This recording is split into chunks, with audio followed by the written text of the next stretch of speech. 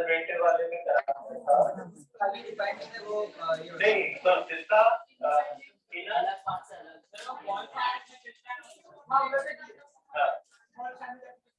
Conservative कभी आने पर बेसिक डेफिनेशन करा दिया था ना सर निकाल ठीक है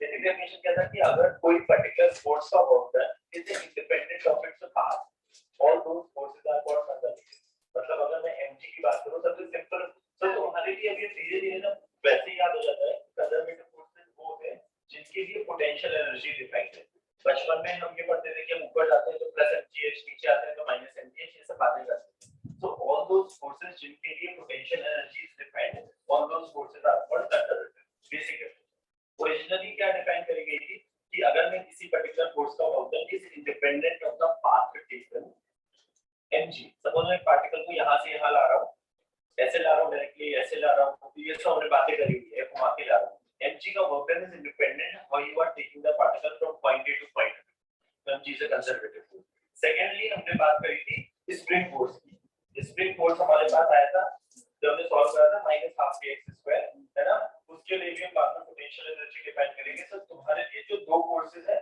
जो जितने आउट ऑफ द फोर्सेस जो तुमने पढ़े उसमें ग्रेविटेशनल एंड स्प्रिंग फोर्स ये दोनों कंजर्वेटिव है ठीक है नहीं पोटेंशियल एनर्जी जिस फोर्स के लिए डिफाइंड है वो सारे फोर्सेस कंजर्वेटिव आज हम एक बार वापस से स्प्रिंग फोर्स से स्टार्ट करते हैं ठीक है तुमने कुछ प्रॉब्लम करे थे और हमने कुछ चीजें सॉल्व कर दी राइट है ना अच्छा तो थोड़ा सा स्प्रिंग फोर्स से स्टार्ट करते हैं अभी आज थोड़ा सा और इस पे डिस्कस करते हैं इसके कुछ अच्छे प्रॉब्लम्स पे आते हैं वापस से ओके ये एक और प्रॉब्लम से स्टार्ट करता हूं तो कंजर्वेटिव नॉन कंजर्वेटिव हां इजी वाले से स्टार्ट करना है सर नॉर्मल नहीं इजी वाले से इजी हां ओके रिविजन टाइप पे चाहिए देखो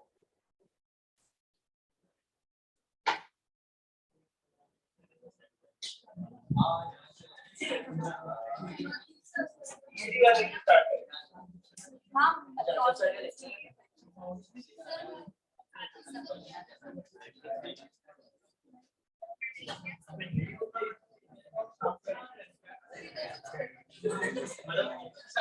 ओके चलिए इस प्रॉब्लम दे रहा हूं नॉट सुपर इजी है ना फॉर द रिवीजन ठीक है कि वो पुरानी चीजें रिवाइज हो जाए उसके रिस्पेक्ट में लिखा थोड़ा न्यूटन का रिवीजन भी है इसमें ठीक है सुनना ध्यान से क्या है ये लिफ्ट है ये इंक्लाइन प्लेन है ये ब्लॉक है m मास का पार्टिकल ये अंदर सीधा ठीक है एक्सीलरेशन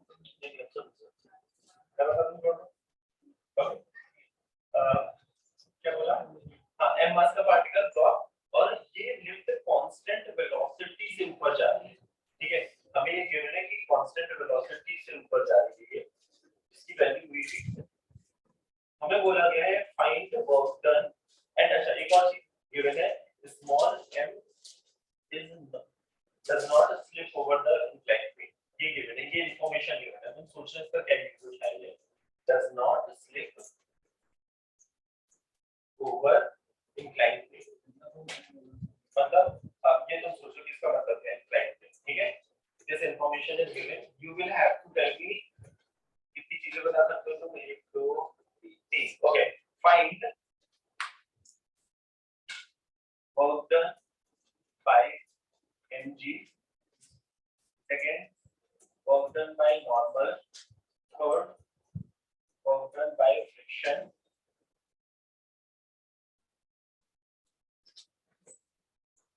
और ये सारी चीजें बतानी है तुम्हें in time t in time t का मतलब क्या है 0 से t जब हमने अपना मोशन स्टार्ट करा 0 से t टाइम में तुम्हें तीनों चीजें बतानी है mg का मोशन कितना होगा फ्रिक्शन का कितना होगा नॉर्मल रिएक्शन का कितना होगा सवाल क्लियर है पक्का ओके करो ट्राई इस बार अच्छा इसका भी आगे वाली चीज से कोई रिलेशन नहीं है इसमें मतलब दो तीन चार चीजों का मिक्स प्रॉब्लम है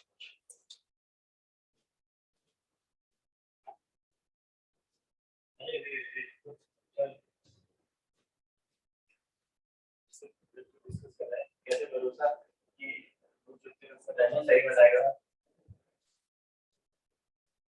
यस करेंगे ना बेसिक जिंदगी में आंसर आते हैं ना ओके और मैट भी आ रहा है उसको जल्दी कर देना बता के यही ना ये चीजें याद करके वेरी श्योर किसको बता रहा है मैंने थोड़ा बोला था कि अपना पीएच 10 बता दो मैं डिटेलिंग का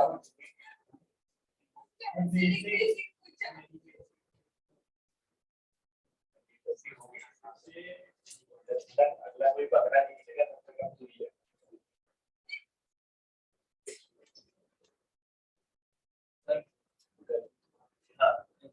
सर एफबीडी चेक नहीं करना है सर ये इन बिटवीन द चेक करके क्या होगा आंसर निकालना very good FBD right round से आंसर का कोई रिश्ता नहीं एफबीडी एक चीज है उसमें केवल कोर्सेज दिखाते हैं है ना अभी वो कैसे दिख रहे हैं उसके कोर्सेज बैलेंस हो रहे हैं कि नहीं हो रहे क्योंकि इवेंचुअली मुझे अच्छा एक चीज फिर से मैं रिपीट कर रहा हूँ जब हमें बोला जाएगा किसी भी पर्टिकुलर चीज वर्क डन बताना है तो course has to be mention है ना जब तक कोर्स ही डिफाइन नहीं है तो वर्क डन का कोई सेंस ही नहीं है किस कोर्स का वर्क डन पूछा गया ये बहुत इंपॉर्टेंट चीज है force into displacement into cos theta यही बातें करनी है ना अच्छा हमने दो बातें कर ली है एज ऑफ नाउ सबसे पहले हमने स्टार्ट करके स्टोरी में बस केवल एक बार रिपीट कर रहा हूं integration of f dot ds फिर हमने उसका एक स्पेसिफिक केस देखा था जब हमारा फोर्स कांस्टेंट था तो उस f को बाहर लाए थे तो हमारे पास कहानी स्टार्ट हुई थी fs cos theta if the force is constant केवल हमने इस पे एक पूरी क्लास निकाली थी फिर हमने अगली चीज करी थी अगर फोर्स कांस्टेंट नहीं है वेरिएबल फोर्सेस की बात हमने फोर्स की क्लास में करी थी उन दोनों को कंबाइन करके फिर हम वर्क एनर्जी चलाते हैं है ना सो पहली चीज ये सोचना है सबसे सिंपलेस्ट चीजें जो होती है वो फोर्स कांस्टेंट के वर्क डन पे बेस्ड होती है पहला सवाल ये सोचो क्या फोर्स कांस्टेंट है या नहीं अगर है तो बहुत आसान होगी ट्राई डूइंग डिस्प्लेसमेंट है तो निकाल सकते हैं डिस्प्लेसमेंट अब डायरेक्टली नहीं ये देखो अगर डायरेक्टली सब कुछ दे दूंगा तो बोर्ड का प्रॉब्लम हो जाएगा भाई डिस्प्लेसमेंट है ही नहीं या देखो ऊपर जाती है भाई तो डिस्प्लेसमेंट ब्लॉक अच्छा वर्क डन किसी फोर्स का रूप है क्या हमारा फोर्स बताया गया है mg का फिर नॉर्मल का फिर फ्रिक्शन का तो सबसे पहले सोचो कि mg का केवल एक पे कंसंट्रेट करो mg कहां लग रहा है ब्लॉक कहां जा रहा है उन दोनों के बीच का एंगल कितना है उसका cos थीटा दैट्स इट सोचना पड़ेगा पहले एक बार कर लो अच्छा तो गलत है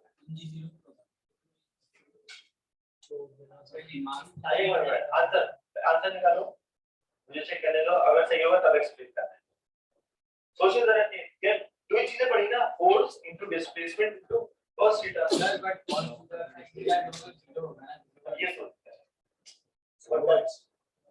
बीच में बोल के ना जब बाकी लोगों के लिए दिक्कत हो जाएगी है ना थॉट मत डालो प्लीज सब लोग पहले आंसर निकालो and check let me check answer पहले केवल फर्स्ट की बात है लेकिन बीच में फायदा नहीं होगा अगर मैं बता दूंगा इतना सही है इतना गलत है ना इवेंचुअली अगर आंसर तक तुम नहीं आ रहे हो एग्जाम में तो एज गुड एज गलत ही है फाइनल आंसर तक आना होगा इन बिटवीन एफबीडी सही होना चाहिए वो सब अलग कहानी है that is the process finally ये सोचो कि वर्क डन बाय एमजी कैसे डिफाइन करेंगे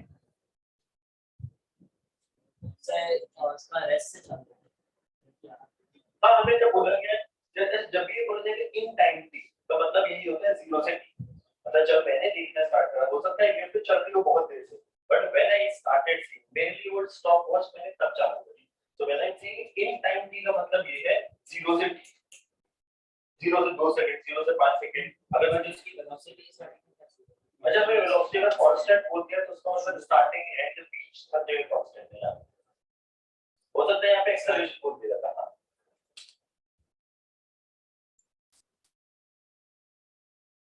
अकॉर्डिंग टू यू जो तुमने आंसर दिया ये डायमेंशनली गलत है तो पहले समझो तुमने जो आंसर दिया है हमारा फोर्स को जब हम डिस्प्लेसमेंट से मल्टीप्लाई करते हैं तब हमारा एनर्जी आता है या वर्क आता है what is the unit of work और एनर्जी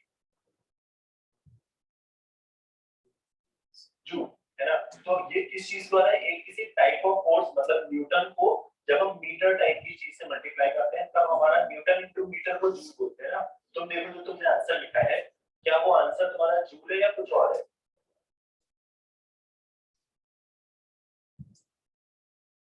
ओनली फर्स्ट पार्ट बहुत मुश्किल नहीं है बहुत आसान पहले सोचो mg कहां लग रहा है ब्लॉक कहाँ जा रहा है ना, टी टाइम में वो कितना डिस्प्लेस होगा, force into displacement into cosine of the angle between them. बहुत आसान है, करो बता मैं। अच्छा चलो मैं पहला बता दे रहा हूँ, आंसर नहीं ला रहे हो तो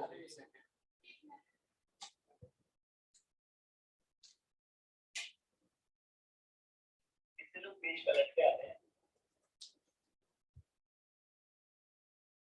सच में? कॉपी साइज के कितने लोग लास्ट लेक्चर के पेज पलट के आते हैं, पेज पढ़ते हैं न्यूज़पेपर के बॉम्बे टाइम्स में क्या क्या हुआ है सब पता है मेरे को। पहला ये प्रॉब्लम से इससे मुश्किल काफी प्रॉब्लम करेगा। बस थोड़ा मसाला डालना पड़ता है उसके अंदर। जब किसी में बोलो तो रिवाइज करके आता है ना, उससे क्या फायदा होता है, पुराने चीज रिपीट नहीं करनी पड़ती। बोल अरे बोलना पड़ेगा आपको, बड़ी जब बकरा जो होता है ना बार बार हला देता है। हाँ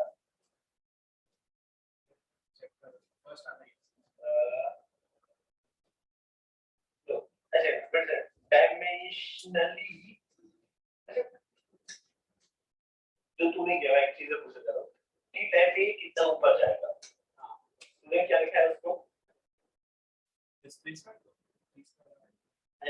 when I'm asking displacement है, displacement t square by 2, ये कौन सा फार्मूला, कोई फार्मूला लगाया होगा तूने? नहीं, वेलोसिटी आपने कांस्टेंट ओके हाँ, तो इसके बाद मैं बोल रहा हूँ डिस्प्लेसमेंट तूने t square by 2 लिखा है, ये कोई फार्मूला लगा के लिखा होगा ना, कुछ तो किया होगा। वो कांस्टेंट है तो मैंने v लिया वेलोसिटी को, ओके और v dt इंटीग्रेट किया। क्या किया तूने, एक बार सब लोग समझना, फिजिक्स में ब्लंडर जो इसने किया है। हाँ ओके, v dt लिखा, नहीं नहीं एक बार बता तो, v dt लिखा तूने, इसको क्या किया, इंटीग्रेट। ओके चल इंटीग्रेट करते हैं एक बार, क्या करें, 0 से t। ओके अब नहीं नहीं सोच सोच सोच, तभी याद रहेगा ना बात कि क्या नहीं करना है v dt पे। अब इंटीग्रेट कैसे किया, इसको इंटीग्रेट करेंगे तो क्या आएगा, v square by 2। फिर थोड़ी सा ये भी नहीं लिया, नहीं नहीं नौ की बात नहीं, अभी तूने इसके बाद भी समझा नहीं है, इसके बाद भी क्या किया तूने, लिमिट्स v पे 0 से t। अच्छा कोई मुझे बताएगा जो इसकी कहानी करी इसमें क्या गड़बड़ है, प्लीज समझ नहीं, v को इंटीग्रेट नहीं हो सकता भाई, पहली बात तो बहुत इंपॉर्टेंट चीज यहाँ पे लिखा है, ये इंटीग्रेट हो सकता है बिकॉज़ ये बाहर आएगा, बट द प्रॉब्लम इज यहाँ पे v dv थोड़ा लिखा है, v dt लिखा है पहली बात, एक बहुत मेजर गलती, ये इंटीग्रेट हो सकता है क्योंकि यहाँ पर v कांस्टेंट है बट वो बाहर आ जाएगा। ओके यार मुझे बताओ यार, अगर कोई चीज वेलोसिटी कांस्टेंट होती थी तो उसका डिस्प्लेसमेंट कैसे निकालते थे? भाई speed is equal to distance upon time, 10th में पढ़े ये तो 200 मार्क फॉर्मूले, distance is equal to speed into time. अगर कोई चीज कांस्टेंट है तो अगर मैं तुमसे बोलूं कि t टाइम बाद ये कहां पे पहुंचेगा, ये अगर कोई चीज कांस्टेंट है तो डिस्टेंस और डिस्टेंस और डिस्प्लेसमेंट हमेशा सही सेम होते हैं if the particle is moving only in one direction. तो यहां पर पार्टिकल हमारा अगर कंटीन्यूअसली ऊपर जा रहा है तो डिस्प्लेसमेंट हमारा s v * t हो जाएगा, इसमें हाफ a t स्क्वायर का चक्कर ही नहीं है। और एक चीज और ये बार-बार मैं रिपीट कर चुका हूं, एप्पल एंड ऑरेंज दिमाग में रखो, when you are saying displacement is equal to t square by 2, t की यूनिट क्या होती है, सेकंड का स्क्वायर। तो क्या बोलना चाह रहे हो कि सर मेरा डिस्प्लेसमेंट 10 into सेकंड स्क्वायर है, something some value into second square, ये डिस्प्लेसमेंट हो सकता है क्या, ये बाय डिफॉल्ट ही पता होता है कि वो डायमेंशनली गलत है। ओके अगली चीज, हां अब किसी का आंसर फर्स्ट वाले का सेकंड नहीं बट पहले जाते हैं। हां 2 mg square into t, mg square into t, dimensional तो चलो ये सही है इससे, बट अभी तूने मोस्टली शायद ये लिखा है mg into g into t right, ऐसा कुछ लिखा है ना, ये लिखा है ना, अभी g into t क्या है, ये भी गलत है, डायमेंशनल g into t कहां से आया है। अच्छा एक चीज की सो एक बार से वापस से पूरी रिपीट करो भाई, पहली चीज अगर ये slip, how many forces are acting? mg लग रहा है for sure, normal लग रहा है for sure, okay, and friction लग रहा है पक्का, और कुछ लग रहा है क्या पक्का, ये कोई तकलीफ? अगर ये रुका हुआ है, अच्छा समझना, ये अगर कांस्टेंट वेलोसिटी से ऊपर जा रहा है तो कहने से मतलब एक्सेलरेशन जीरो है। एक थॉट में क्या था, ऊपर जा रहा है मतलब उसके पास एक्सेलरेशन है, राइट? कांस्टेंट वेलोसिटी से जा रहा है तो how many whatever be the number of forces that are acting on it, कहने से नेट फोर्स इस पे जीरो है पक्का। तो नॉर्मल लग रहा है, एमजी लग रहा है, ये सब आपस में बैलेंस कर रहे होंगे फॉर श्योर, गारंटी पक्का। अगर लिफ्ट ऊपर जा रही है, it does not slip over the inclined plane, मतलब ये जहां पर रखा है थोड़ी देर में ये ऊपर पहुंच जाएगा बट ये नीचे मूव नहीं करेगा, ये समझ में आ रहा है, क्योंकि स्लिप नहीं कर रहा है। मतलब practically after some time it will look like this is my lift, this is my inclined plane, and ये जो ब्लॉक है ऐसे एग्जैक्टली सीधा सीधा ऊपर जा रहा है, ये समझ में आ रहा है। The displacement of the block exactly ऊपर है और वो कितना है, is equal to what, vt, क्योंकि वेलोसिटी का कांस्टेंट है, s is equal to ut plus half at square होता था, बट अगर वेलोसिटी कांस्टेंट मतलब एक्सेलरेशन जीरो तो s is equal to u into t। अभी उसको u बोलो v बोलो एक ही बात है, क्यों? क्योंकि वो कांस्टेंट है, तो कहना है उसका डिस्प्लेसमेंट होगा v into t के बराबर पक्का।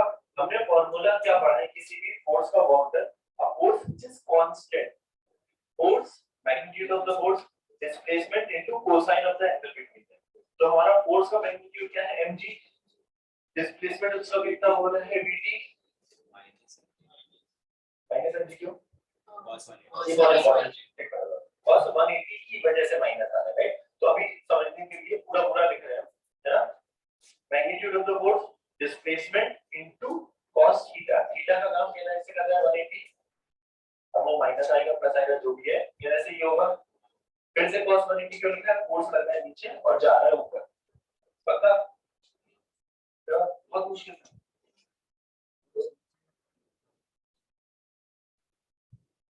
अच्छा और इजी कराना है क्या, इसमें इजी क्या करूंगा, मतलब एमजी लग रहा है नीचे, ब्लॉक जा रहा है ऊपर, नहीं तो है आना भी चाहिए ना, और आखिर भी कौन की चाहिए इसके लिए, है ना? और सीधे can you now try the which is normal reaction, कर सकते हो ट्राई, चलो क्या क्या क्या से निकलती है, हमने चेक किया, okay. can you now try to find out the water by normal reaction, अच्छा obviously answer has to be in terms of जो चीजें गिवन है, मुझे मास गिवन है, थीटा गिवन है, वेलोसिटी गिवन है एंड टाइम गिवन है, तो आंसर ना सारे उसी के टर्म्स में होगा। तो यहां पे आंसर ऐसा मत बोलना सर n into समथिंग, तो मैं वो n की value in terms of given variables बतानी पड़ेगी। तो पहले सोचो एफबीटी में n किसके बराबर होगा, फ्रिक्शन पे भी हम आ रहे हैं, हां वो भी एक सवाल है, यूएस वाले ये भी इंटरेस्टिंग अभी करना पड़ेगा, ट्राई करो। हाँ बता क्या है सेकंड क्लास से बता,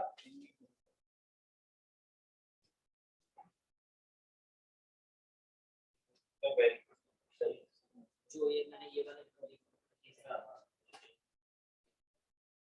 only trying to draw the equity, उससे तुम्हें नॉर्मल रिएक्शन की वैल्यू पता लग जाएगी, तुम्हें डिस्प्लेसमेंट मैंने बता ही दिया है, थीटा एक और निकालने का काम नहीं है।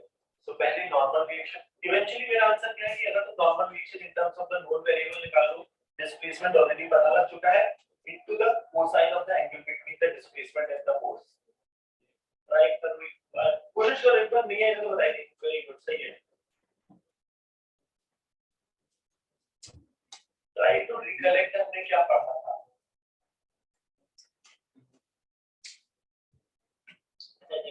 मुझे बता, मैं बता दूंगा ठीक है, ओके सब गुड होके मत सोच कि जो मैंने करा है वो सही है, ऐसे सोचा, बोल बोल बोल क्या है एमबी, अच्छा फिर से मैं बोलूं, हो सकता है ये आंसर सही हो सकता है, बट लेकिन क्या मुझे एन गिवन है प्रॉब्लम में, नहीं है ना? तो मुझे क्या गिवन है, मास, ग्रेविटी, थीटा, वेलोसिटी, तो एन को तुम्हें रिप्लेस करना पड़ेगा इन terms of the known velocity, जो इक्वेशन बनेगा mg माइनस n, हां वो जो भी तुम बनाना चाहते हो, एक मिनट बोलो मैं तो एक बार बना दूंगा। हां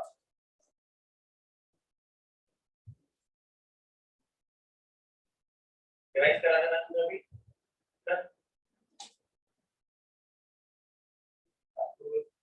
अरे क्या बोलेगी नहीं बहुत डायरेक्ट कर रही है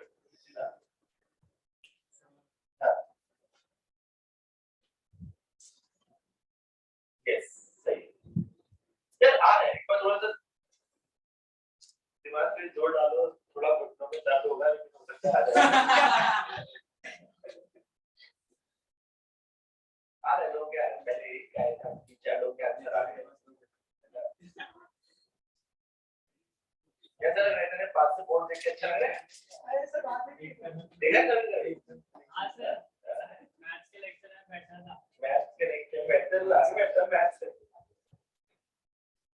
ऐसे इतना समझ नहीं अपने पास आगे बढ़ते हैं मैं बता दूं चलो इतना पैसा भी नहीं है मेरे पास लाइफ टाइम है एक ही प्रॉब्लम सॉल्व करने को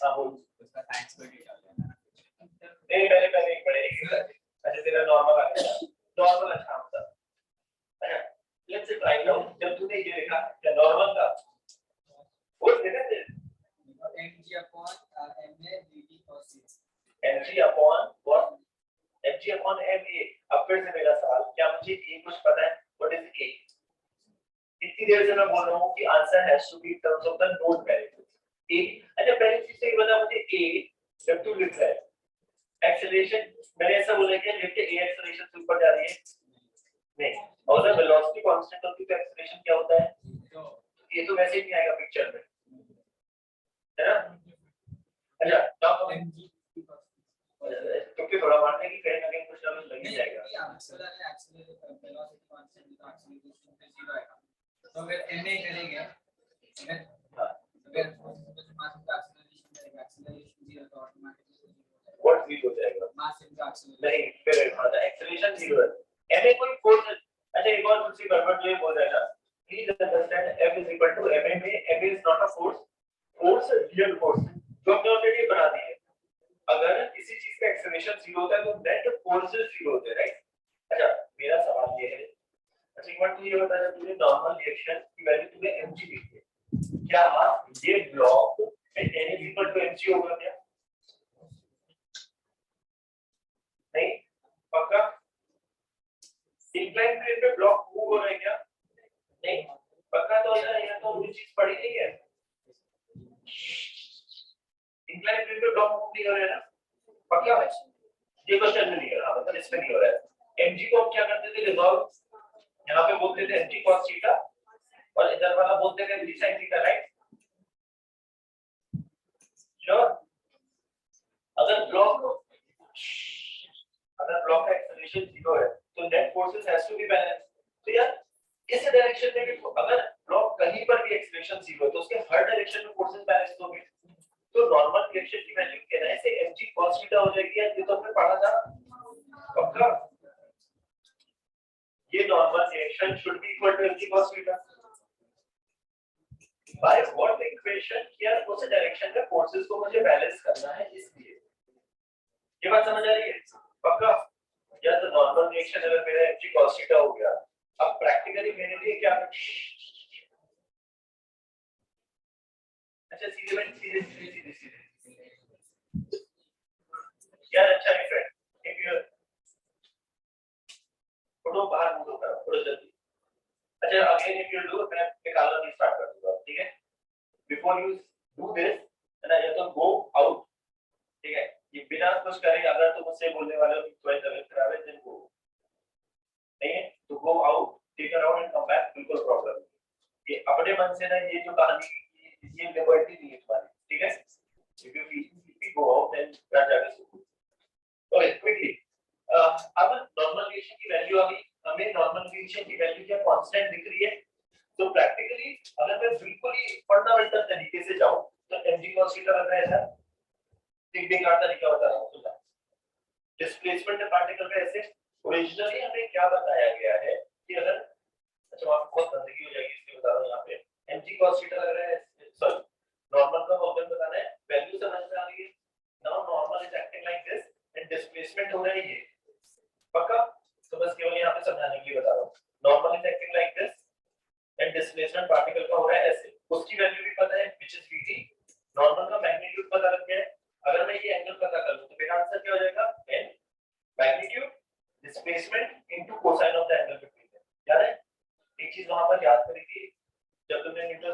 होगा कि अगर ये एंगल थीटा होता है तो नॉर्मल का vertical angle is also theta, याद है? अच्छा नहीं याद है, ओके नहीं तो उसको उतना समय लगता है, ये थीटा इसको आगे बढ़ा दें 90 माइनस थीटा, ये 90 माइनस थीटा, तो फिर this is also 90 minus theta कैसे आ रहा है? कुछ गड़बड़ किया क्या? ये थीटा है, ये 90, तो ये 90 माइनस थीटा ना, अच्छा सॉरी सही है ना, 90 माइनस थीटा पक्का, ये 90 तो ये थीटा, क्योंकि पूरा 180 है ना, ये पूरा, ये अगर 90 माइनस थीटा आ गया है, ये 90 तो ये थीटा, सही है? तो ये याद ही रखो कि इंक्लाइन प्लेन का जो नॉर्मल होता है उसका वर्टिकल एंगल हमेशा थीटा होता है, लेकिन बार-बार कई बार यूज होता है। कहने से मेरा आंसर क्या हो गया? n magnitude into displacement into cosine of the angle between them. क्या हमने n की वैल्यू निकाल ली है, which is mg cos theta आ गई थी, वो कैसे आई थी? फोर्स बैलेंस से। सो mg cos थीटा, एक cos थीटा यहां पर है,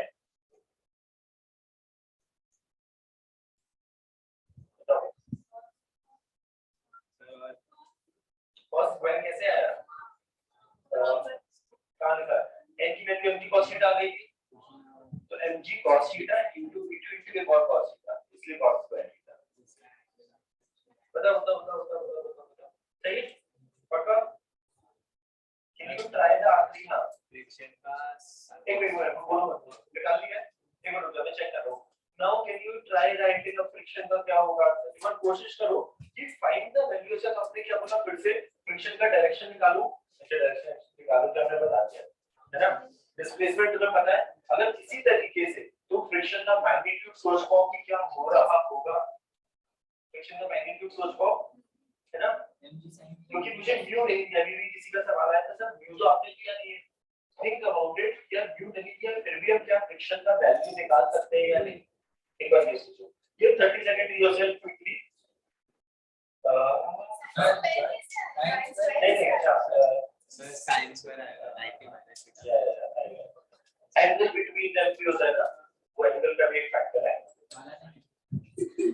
नहीं समझा उनको क्या बोल रहे नहीं एक मिनट में तू अपना तो निकाल सकते हैं। मेरे को आया, मेरे को mg sin theta dd cos theta है। अच्छा एक मिनट, तो हम क्या बोलते हैं जब m cos s बोलते हैं तो वहां पे जो cos थीटा होता है, क्या कोई भी थीटा लिखा होगा उसी पे cos होगा या कोई स्पेसिफिक थीटा होता है ना? ठीक है, मैं बोल रहा हूं कि n जब हम बोलते हैं fs cos theta is the work, उसमें थीटा क्या थीटा होता है? कोई भी थीटा होता है, कहीं पे तो थीटा लिखा होगा थीटा में एंगल बिटवीन व्हाट, यस, तो जिस कोड का ऑब्जेक्ट पूछा है जहां डिस्प्लेसमेंट हो रहा है उसके बीच का एंगल होता है ना थीटा। पक्का? तुम्हें क्या करना है कि थीटा में cos थीटा और cos थीटा लिखना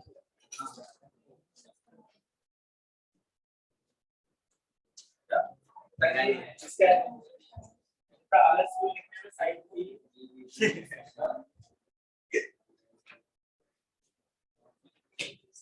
आंसर चाहिए, लिख लो राइट पूरा साइन आंसर पड़ जाएगी। सेक को क्या लिखना है बिल्कुल, और तो साइन को है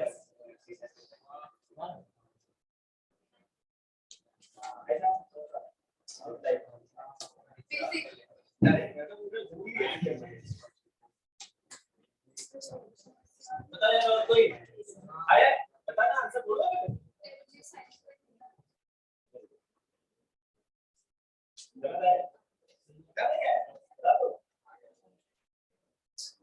अच्छा एक सवाल फिर से मैं बोलूं, क्या मुझे डायरेक्टली गिवन है? नहीं गिवन है, मतलब आंसर तो गिवन नहीं होना चाहिए, हो सकता है। अच्छा अगला सवाल है, जब कोई चीज नहीं चल रही होती है तो फ्रिक्शन क्या अपनी मैक्सिमम वैल्यू पे रखता है? अच्छा friction is equal to u N कब होता है? जो तुमने दिमाग में थी तुमने वही सोचा होगा, friction is equal to u N, क्या हमेशा यू एन होता है? अगर मैं तुमसे बोलूं कि वो यहाँ पे रखा है, यहाँ पे कोएफिशिएंट यू है, इससे कुछ कितना फ्रिक्शन लग रहा है, क्या बोलेंगे? एम मास का ब्लॉक ये टेबल पे रखा है और यहाँ पे फ्रिक्शन कोएफिशिएंट है, what is the value of friction that is acting on the block? You है, और एन की वैल्यू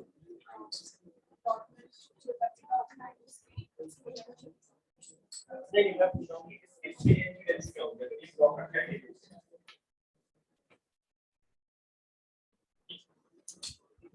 अगर एक टेबल पे एक ब्लॉक रखा है, what is the value of n? mg, और तू बोल रही है mu n is the your friction. वो कहां लग रहा होगा, किस डायरेक्शन में, आगे पीछे कहां? आगे। तो यार ये ब्लॉक फिर तो चल लेना चाहिए, अपने आप रखे रखे सीधे बाहर नहीं चाहिए। तूने बोल दिया अकॉर्डिंग टू यू ये ब्लॉक रखा है, ये प्रैक्टिकल सिचुएशन है तेरे सामने रखा है, तू बोल रही है इसमें फ्रिक्शन लग रहा है आगे, कितना लग रहा है म्यू mg? न्यूटन लॉ क्या बोलता है कि अगर कोई चीज रुकी हुई है उसमें अगर तुम किसी डायरेक्शन में नेट फोर्स दोगे तो वो चलने लगेगा, राइट? तू बोल रही है ब्लॉक रखा है एंड फ्रिक्शन इज एक्टिंग आगे की तरफ म्यू mg, तो रखा है चीज चलनी चाहिए, चल तो नहीं रही है, मतलब क्या होगा फिर? क्या गड़बड़ है? जो तुमने बोला और जो मैं बोल रहा हूँ कुछ ना कुछ तो हो जाएगा, नहीं मूव करेगा तो मतलब फ्रिक्शन नहीं लगेगा, और म्यू है तब भी फ्रिक्शन नहीं लगेगा, लगेगा तो कहाँ लगेगा?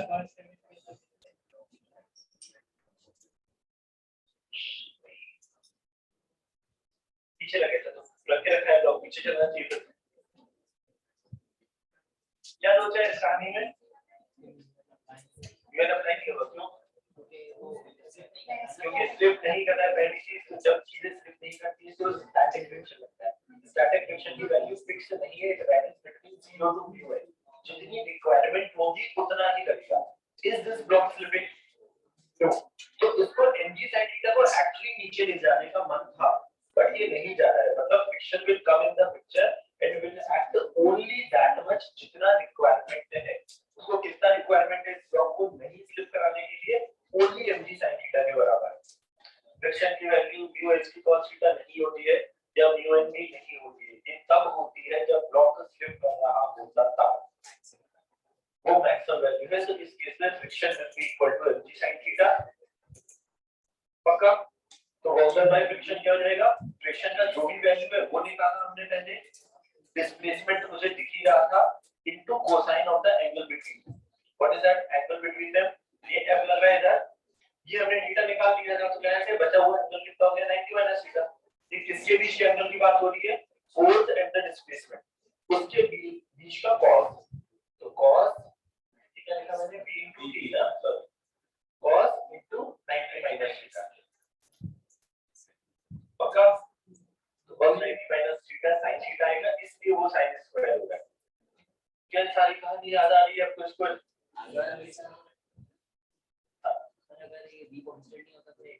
तो फिर कहानी में क्या चक्कर हो जाता? तो फिर ऊपर से नहीं, सूडो फोर्स नीचे आता है, वो डिपेंड करता है कि बस स्लिप हो रहा है कि नहीं हो रहा है। स्लिप नहीं होता तो फिर हम, अच्छा एक चीज और, छोटा सा एक और कंसेप्ट बता रहा हूँ, ठीक है? अगर मैं तुमसे सेम कहानी में बोलूं, ये सारा जितना भी वर्क निकाला है ये सब हमने ग्राउंड से निकाला है। अगर कोई इंसान लिफ्ट के अंदर बैठा होगा, ठीक है, अगर मैं तुमसे पूछता find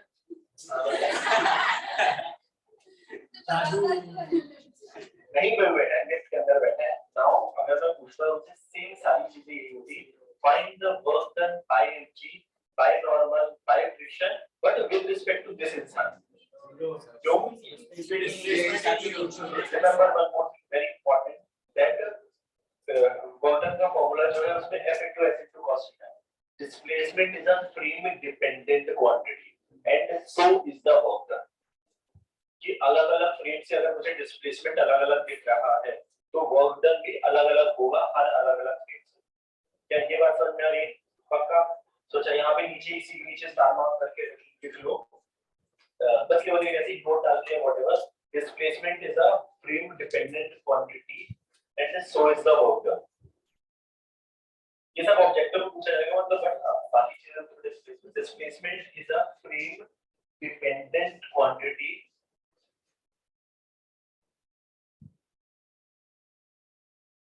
so is the work done। Displacement is a frame dependent quantity and so is the work done। बड़े आगे पक्का? क्या थोड़े क्षेत्र पे आ सकते हैं सर? इसी में जाके तो नहीं मानी। ओके, अच्छा तो थोड़ा धीरे से स्टार्ट करेंगे, समझ गए? ठीक है? ओके, सो लास्ट जो हमने करा था वो सैंड वाला प्रॉब्लम करना था, एंड स्प्रिंग वाली कहानी में हमने इतना पढ़ लिया था कि अगर स्प्रिंग फोर्स जो होता है वो होता है माइनस के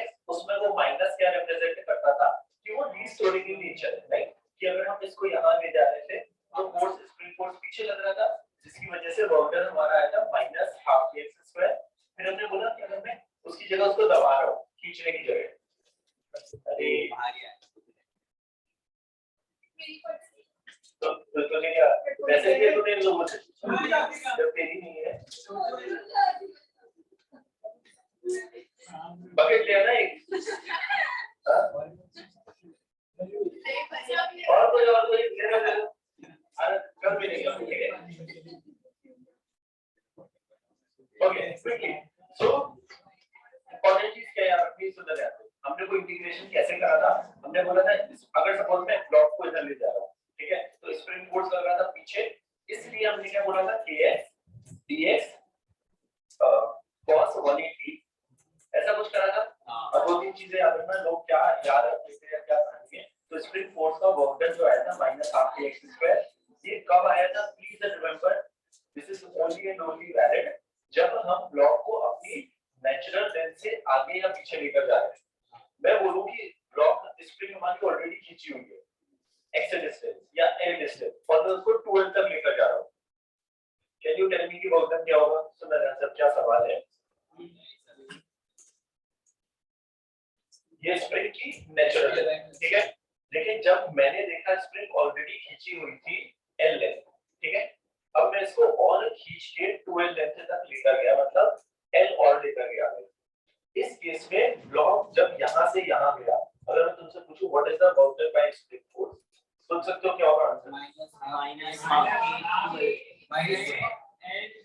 माइनस के x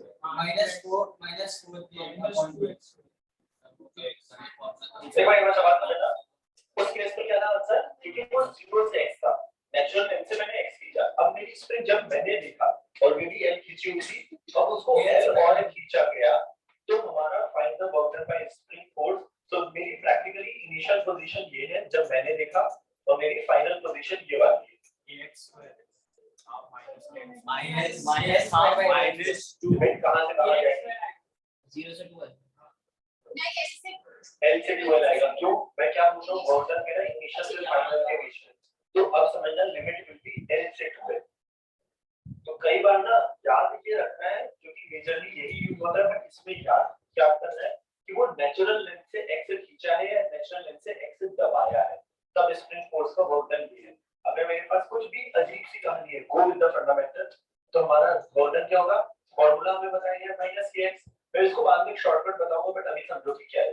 ये लिखा, वही चीज लिखी, जब 0 से x कर रहे थे तो हमारा हाफ kx² आया था जो हमने याद किया। अब क्या करेंगे? l से 2l, तो माइनस k तो आएगा ही आएगा, ये आएगा x²/2 एंड लिमिट आएगी l से 2l। ये समझ आ रहा है? श्योर? तो यहाँ पर आएगा 4l², जब मेरा डालेंगे -l², तो वो 3l² आएगा, और ये बाई 2 तो है, तो मेरा आंसर आएगा -k 3l²/2। तो ये समझ में आ रहा है? स्टैंडर्ड केस हम याद रखने वाले ऑब्वियसली, बट ये कहानी भी याद है पक्का? चलो दूसरी चीज, बिफोर यू राइट एक चीज और सुनो, क्या तो इसका मतलब ये क्या work done by spring force हमेशा ही नेगेटिव होता है क्या?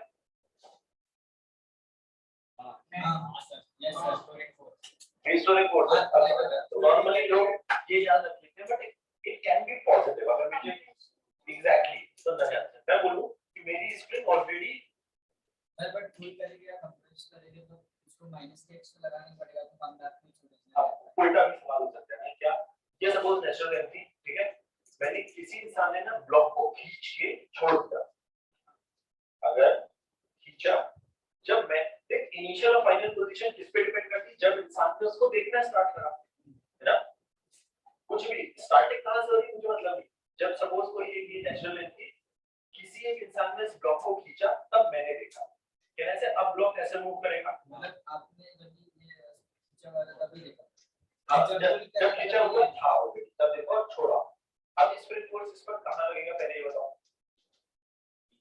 और ब्लॉक कहां जा रहा है? समझना चाहते हैं तो अंडरस्टैंड द आइडिया। जब spring force and displacement opposite direction होंगे तभी तो वो cos 180 का टर्म आएगा। अगर स्प्रिंग फोर्स और डिस्प्लेसमेंट सेम डायरेक्शन में है तो कहने से वो cos 180 वाला फैक्टर ही नहीं आएगा, बट बाकी कहानी वही रहेगी क्या? kx dx cos 0। तो अगर मैंने खींच के छोड़ा है और जब ये ब्लॉक वापस अपनी नेचुरल लेंथ में आया है, इस केस में work done by spring force क्या होगा हमारा? Half kx² positive. प्लीज ये चीज याद रखना, नॉर्मली ना कई बार ये लिख देते हैं कि work done by spring force is always negative. No, ये सब कहानी किस पे डिपेंड कर रही है कि क्या मेरी इनिशियल कंडीशन है, क्या मेरी फाइनल पोजीशन है। पक्का? नहीं सर, मैं बोल रहा हूँ कि अगर मैंने खींच के छोड़ा, स्प्रिंग फोर्स कहाँ लग रहा है और ब्लॉक कहाँ जा रहा है, तो अगर फोर्स और डिस्प्लेसमेंट सेम डायरेक्शन में, तो एनी विच वे मुझे ये तो पक्का ही पता है कि उसका वर्क डन पॉजिटिव होता है। Force into displacement into cosine of the angle. अगर एंगल ही 0 डिग्री तो आंसर मेरा पॉजिटिव आना चाहिए, पक्का है। यहाँ पर क्या हो रहा था कि जब हम खींच रहे थे उसे, तो स्प्रिंग फोर्स हमारा पीछे लग रहा था। यहाँ तक कहानी समझ में आ रही है? श्योर? तो स्प्रिंग फोर्स के बारे में हाफ kx स्क्वायर हम बाद में पोटेंशियल एनर्जी की बात करेंगे, बट एज ऑफ नाउ ये समझना है कि कब माइनस हाफ kx स्क्वायर है, कब दो चीजों को माइनस करना है, कब वो पॉजिटिव लेना है। दोनों का डायरेक्शन सेम है तो प्लस में है। Yes exactly. है ना? जैसे मैं एक बार बहुत छोटा सा सवाल सुनना है, ये सब तो तुम्हारा नोट किया हुआ है, इसको भी मैं वापस एक बार नोट कर लेना। जल्दी बात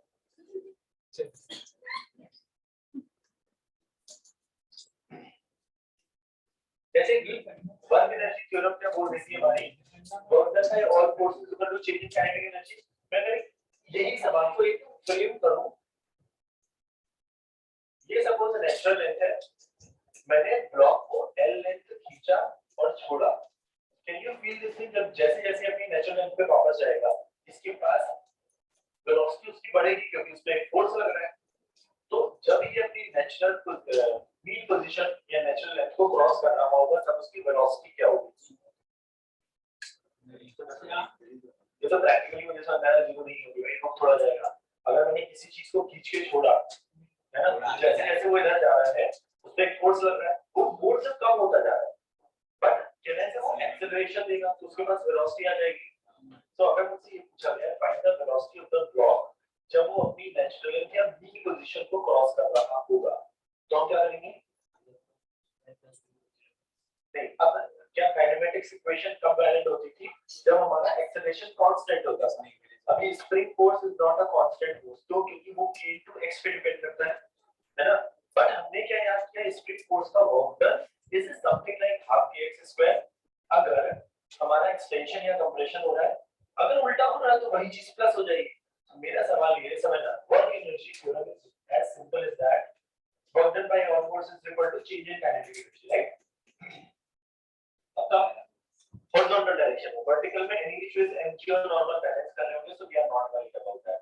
Kinesis पे जब ये मूव कर रहा है, तो उसमें केवल एक ही फोर्स लग रहा है, तो क्या ऐसे ब्लॉक भी उसी डायरेक्शन में जा रहा है। अब हम डायरेक्टली अपने दिमाग में क्या याद रखेंगे, kx dx का इंटीग्रेशन 0 से है, वो हमें ऑलरेडी टर्म पता है कि वो हाफ kx स्क्वायर आता था। कैसे वो x का मान यहाँ पे कर रहा है l, work done bye split force जब वो यहाँ से यहाँ जाएगा, पॉजिटिव होगा या नेगेटिव? अगर आप देख रहे हो मैं ग्राउंड से हर चीज ग्राउंड से मैं देख रहा हूँ, तो पॉजिटिव होगा। कितना होगा? हाफ के x का काम कर रहे हैं यहाँ पे h, और कोई फोर्स लग रहा है क्या इसको? हॉरिजॉन्टल डायरेक्शन नहीं, is equal to change in kinetic energy. Final kinetic energy जो हमें वेलोसिटी पता करनी है, इनिशियली हमने रिलीज करा था। सो ट्राई एंड अंडरस्टैंड, यहाँ पर स्प्रिंग फोर्स का वर्क डन जो मैंने पहले प्रॉब्लम करा था एक, उसमें नेगेटिव आया था। कौन सा पहला वाला प्रॉब्लम? एक था यहाँ पे एक स्लोप बनाया था और यहाँ पर स्प्रिंग बनाई, याद है? तो यहाँ पर पोटेंशियल एनर्जी या सॉरी mg का work is equal to minus half kx square, कुछ वैसा आ रहा है। यहाँ पर वही चीज को मैंने उल्टे फॉर्म में पुट अप किया है कि जब ये छोड़ा, तब स्प्रिंग जब तक नेचुरल लेंथ में है, तो उसका वर्क डन था प्लस हाफ kx स्क्वायर, वो सारा का सारा काइनेटिक एनर्जी के चेंज में चला गया। सही है ना जी? पक्का? Now note down all this things, थोड़ा सा स्प्रिंग पे बातें करनी है अभी, और बहुत इंपॉर्टेंट चीज है वो। सोचा आई थिंक नोट कर लो, ये भी कर लो। So first note down this thing. What is that? Then this. अच्छा, हर जगह पे ना initial and final condition numbering करो ना कैसे कैसे। थोड़ा this is the first, this is second, This is third. that is third. बहुत बचा है।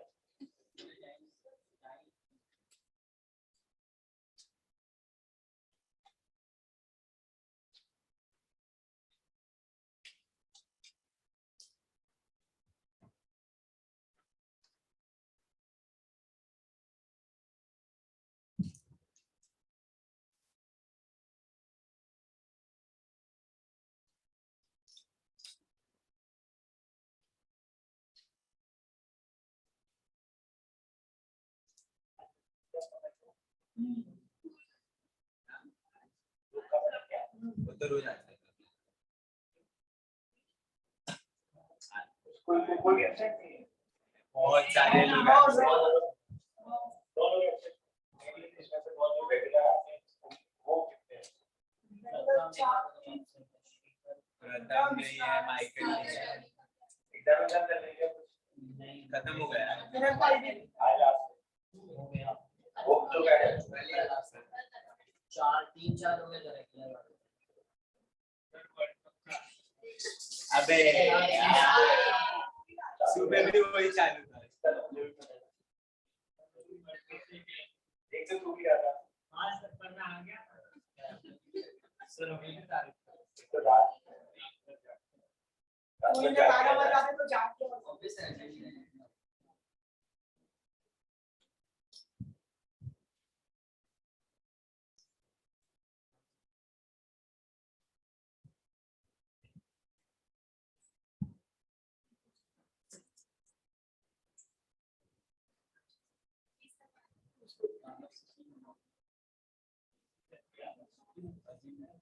नहीं कोई इंटरेस्ट नहीं है कुछ नहीं पता है सर तो आप कौन से नोट पे इंटरेस्ट है किसी में जीरो क्या बात है फिजिक्स सर ऐसे नहीं हो सकता नहीं गाइड नहीं है बाकी शौक अलग अलग होते हैं क्रिकेट फुटबॉल आप कौन सी टीम में वही तो मैं बोला पता ही नाम भी नहीं पता है मुझे भाई कंट्री के हिसाब से कंट्री भी नहीं पता मुझे ये वर्ल्ड कप में कौन कौन सी कंट्री है किसी के पता कोई भी नाम लो अरे चाइना स्पोर्ट्स म्यूजिक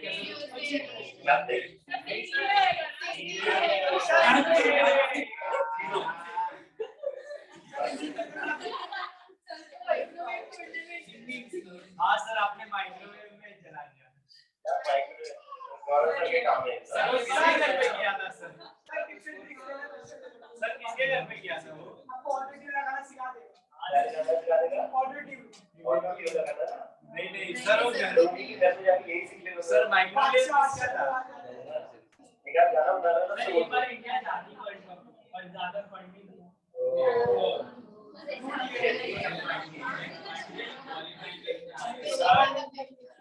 माइक्रोवेव किसके घर पे था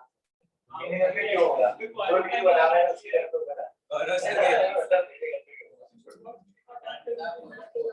सर तो आप गौरव सर के घर पे सिर्फ वो जलाने के लिए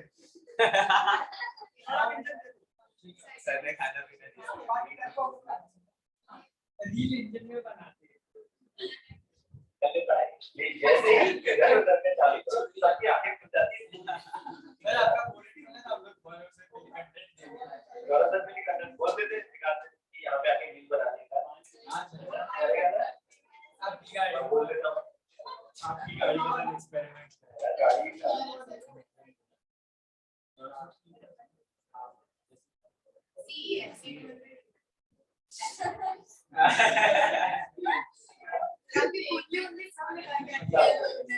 नंबर गाड़ी का नंबर भी बता दो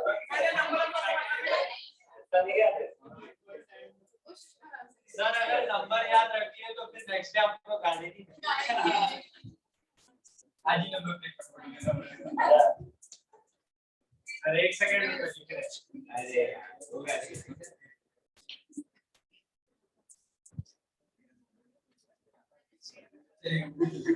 जब लियोगे ना नहीं सर जल्दी करो जल्दी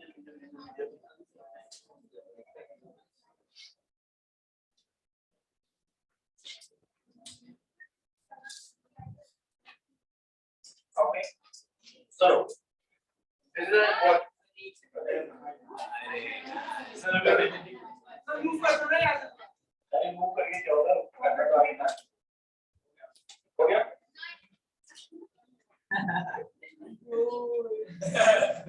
चलिए ये वाले चल रहे हैं वो नाम के लिए चल रहा है, नाम के लिए चल जो चालू है नंबर आया वो 16 के आगे जीरो लगाना भूल गए सुनो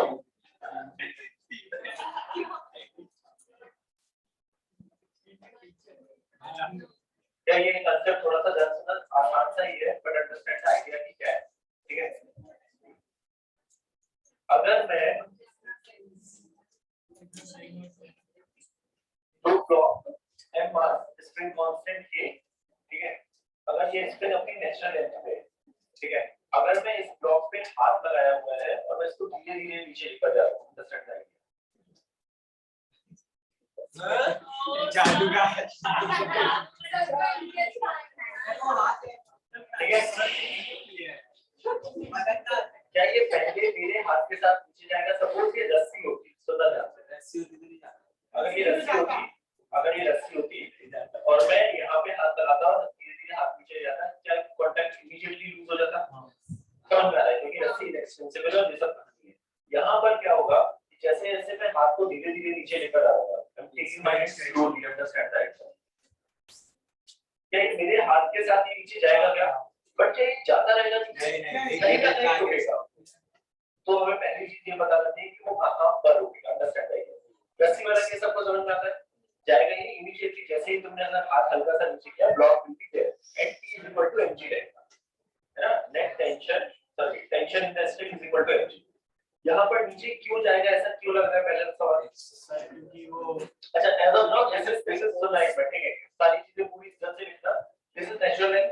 हां, तो अभी हाथ नीचे करने पर ये नीचे क्यों जाएगा? पहला सवाल, mg लगेगा क्योंकि mg लग रहा है, और स्प्रिंग जब अपनी नेचुरल लेंथ पर है तो उसके पास kx जैसा कुछ है नहीं, मतलब mg की वैल्यू ज्यादा है, इस चक्कर में वो नीचे जाएगा, राइट?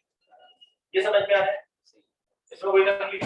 अब मुझे बताओ, अब कब तो वो नीचे जाता रहेगा ना? सवाल अब ऐसा नहीं, मैं अपना हाथ यहाँ रखूं तो ब्लॉक आएगा, कहीं ना कहीं रुकेगा। हाफ टी स्क्वायर की वैल्यू mg से बढ़ जाएगी। अच्छा, ठीक है, एप्पल एंड ऑरेंज, हाफ के एक्स स्क्वायर क्या है? एनर्जी, mg क्या है? Force. You can not compare a force and energy, right? तो आप कुछ और सोचते हैं, अब क्या सोचा जाएगा? जब तक उसका इलाज जब maximum maximum length of what? अच्छा, तो मतलब स्प्रिंग को जब तक हम बिल्कुल सीधा नहीं करते, नहीं नहीं, बट लेकिन लिखेंगे क्या उसको? स्प्रिंग फोर्स किस पर डिपेंड करता है?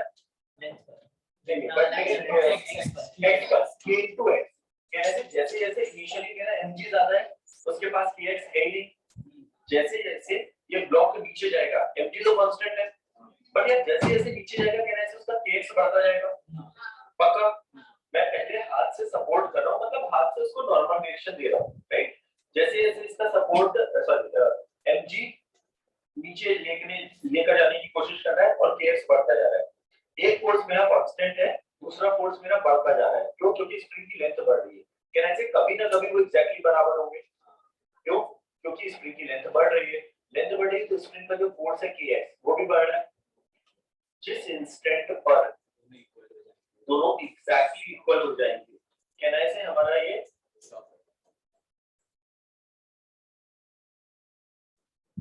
इस लेंथ को हम बोलते हैं इक्विलिब्रियम पोजीशन, उसको मैं x नॉट बोलता हूं, ठीक है? सो नेट फोर्सेस को रेस्ट पे नहीं होता है, इक्विलिब्रियम का मतलब होता है net forces has to be balance. Rest वाली चीज पे मैं आरोगी सेकंड पार्ट सुनना है। लेट्स से इक्विलिब्रियम पोजीशन पे वो अपनी नेचुरल लेंथ से x नॉट बढ़ा, तो इक्विलिब्रियम पोजीशन हम किसको बोलते हैं? जहां पर नेट फोर्सेस बैलेंस हो। क्या ये समझ में आ रहा है? Sigma f net should be 0। याद रखना, इक्विलिब्रियम वर्ड डिफाइंड जब नेट फोर्सेस बैलेंस हो। ये कहानी समझ में आ रही है? सिग्मा मतलब all the forces in general, summation of all the forces quickly. So पहले ये नीचे भाग क्यों नहीं रहा था? क्योंकि मैं एक्स्ट्रा नॉर्मल रिएक्शन दे रहा था। जब मैं इस जगह पर पहुंचा, mg अभी भी वही लग रहा था, बट स्प्रिंग उतनी खिंच गई कि उसने mg को बैलेंस कर लिया। ये समझ में आ रहा है? तो कहना है से x नॉट की वैल्यू होगी mg/k। पूरी अच्छी तरह समझ में आ रही है कहानी? और उसके नीचे तो मैं अपना हाथ ले जाऊंगा तो वो कांटेक्ट लूज कर देगा, है ना? क्यों? क्योंकि जो mg को बैलेंस करने वाला था पहले नॉर्मल रिएक्शन कर रहा था वो काम, है ना? इनिशियली हाथ रखा था इसलिए पीछे नहीं जा रहा था, धीरे धीरे नॉर्मल रिएक्शन कम होने लगा, kx बढ़ने लगा। जिस इंस्टेंट पर ये दोनों एग्जैक्टली बराबर हो गए, उस जगह पे mg का जो बैलेंस करने वाला था वो kx ने अपने आप कर लिया, उसे अब हाथ की जरूरत नहीं है।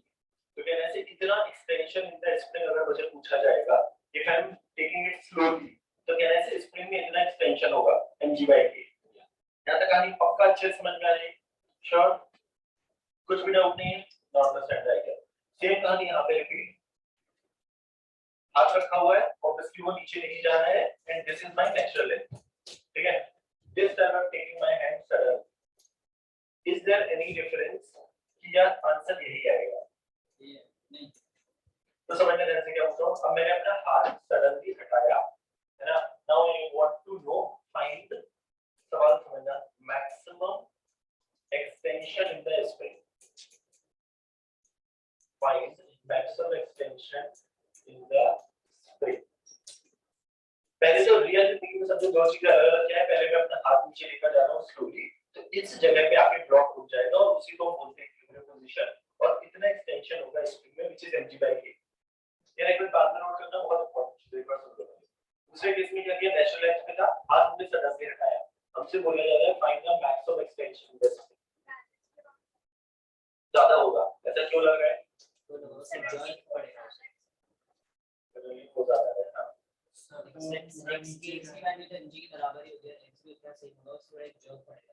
या जब दुबई में पूछना चाह रहा हूं, जब स्प्रिंग फोर्स कभी भी, जब हमने न्यूटन का पढ़ा था हमने स्प्रिंग फोर्स बताया था, स्प्रिंग एकदम से झटका नहीं मारता, है ना। हां, ज्यादा होगा कि कम होगा, फील से क्या लगेगा?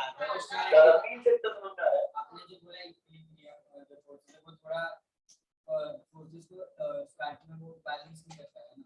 नहीं तो फिजिक्स के टर्म्स में उसको क्या करें, समझ में क्या बोल रहा हूं। अब जैसे जैसे mg कांस्टेंट, जैसे जैसे ब्लॉक नीचे, अच्छा पहले ब्लॉक नीचे क्यों जा रहा है, क्योंकि mg की वैल्यू ज्यादा है, kx की वैल्यू कम है। mg की वैल्यू अगर ज्यादा है तो कहने से उसका नीचे की तरफ एक एक्सेलरेशन है, एक्सेलरेशन है तो वो उसको वेलोसिटी देगा, वो एक्सेलरेशन की वैल्यू कम हो रही है, क्यों कम हो रही है, क्योंकि एक फोर्स जो mg वो कांस्टेंट है और kx बढ़ रहा है, तो डिफरेंस कम हो रहा है, बट स्टिल सो प्रैक्टिकली ऐसा कुछ है कि अगर सपोज मैं बोलूं एक गाड़ी है, सुना ध्यान से, इसमें मैंने एक्सेलरेटर पहले मैंने बहुत ज्यादा दबाया, उस एक्सेलरेशन की वैल्यू थी लेट्स से 10 मीटर पर सेकंड स्क्वायर, ठीक है। धीरे धीरे वो एक्सेलरेशन की वैल्यू कम हो रही है, समझना ध्यान से, जिस टाइम का एक्सेलरेशन ये था उसकी स्पीड थी लेट्स से 100 मीटर पर सेकंड, अगर थोड़ी देर बाद एक्सेलरेशन मेरा कम हो गया 5 मीटर पर सेकंड स्क्वायर, क्या उसकी स्पीड 100 से कम हो जाएगी या ज्यादा होगी? सर वापस मैं बोल रहा हूँ गाड़ी का जो एक्सेलरेटर होता है नॉर्मल पे, अगर मैंने पहले बहुत ज्यादा प्रेस किया हुआ है, मतलब एक्सेलरेशन क्या बताता है, rate of change of velocity, कितनी जल्दी जल्दी वेलोसिटी बढ़ रही है, वही एक्सेलरेशन बताता है। अभी मैंने पहले एक्सेलरेटर दबाया हुआ है बहुत ज्यादा 10 मीटर पर, अभी मैंने एक्सेलरेटर को हल्का सा रिलीज करा, क्या स्पीड बढ़ना कम हो जाएगी? बढ़ती जाएगी, क्यों? क्योंकि उसका रेट कम हो जाएगा, अभी उतनी तेजी से नहीं बढ़ेगी बट बढ़ेगी। सो पॉइंट क्या है समझना ध्यान से, पहले एक्सेलरेशन था 10, उसकी स्पीड थी लेट्स से ये, अभी 5 हो गया है, फिर एक्सेलरेशन लेट्स से 2 हो गया है, फिर एक्सेलरेशन 1 हो गया है, कंटीन्यूअसली जब तक एक्सेलरेशन उसका पॉजिटिव है उसकी स्पीड बढ़ती ही रहेगी, उसका रेट कम हो जाएगा, उसका तेजी से जो बढ़ने का तरीका है वो कम हो जाएगा, बट बढ़ेगी। कब होगी? जब एक्सेलरेशन एक्चुअली नेगेटिव होगी। ये बात समझ आ रही है? ये mg जो इस पे लग रहा था वो कांस्टेंट था और kx जो लग रहा था वो वेरिएबल था, mg कांस्टेंट है और जो नेट एक्सेलरेशन आएगा वो नीचे वाला फोर्स माइनस ऊपर वाला फोर्स, पक्का? तो वो फोर्स कम होता जा रहा है, बट कहने से अभी भी नेट फोर्स नीचे की तरफ है। जिस इंस्टेंट पर mg kx हुआ था, ये kx नॉट, उस टाइम तक उसकी वेलोसिटी बढ़ती जाएगी, मतलब जब वो अपनी इक्विलिब्रियम पोजीशन पे पहुंचेगा, दिस इज इक्विलिब्रियम पोजीशन, जहां पर क्या हुआ था हमारा कि उसमें नेट एक्सटेंशन आ गया था x नॉट और उसकी वैल्यू आ गई थी mg/k, तब तक उसके पास एक वेलोसिटी आ जाएगी। क्यों आ जाएगी? क्योंकि यार उस पे कंटीन्यूअसली एक फोर्स नीचे लग रहा था जो कि ऊपर वाले फोर्स से कम था, वो डिफरेंस कम होता जा रहा था बट अभी भी वो पॉजिटिव था। सेम गाड़ी वाला केस है, उसको बस केवल वर्टिकल कर दिया, जब उसके पास इक्विलिब्रियम पोजीशन आई तब उस पे फोर्स बैलेंस है, फोर्स बैलेंस का मतलब प्लीज दिमाग में ये मत रखना कि वेलोसिटी जीरो, किसी भी चीज पे नेट फोर्स जीरो होता है उसका मतलब ये होता है कि वो रुकी हुई है नहीं।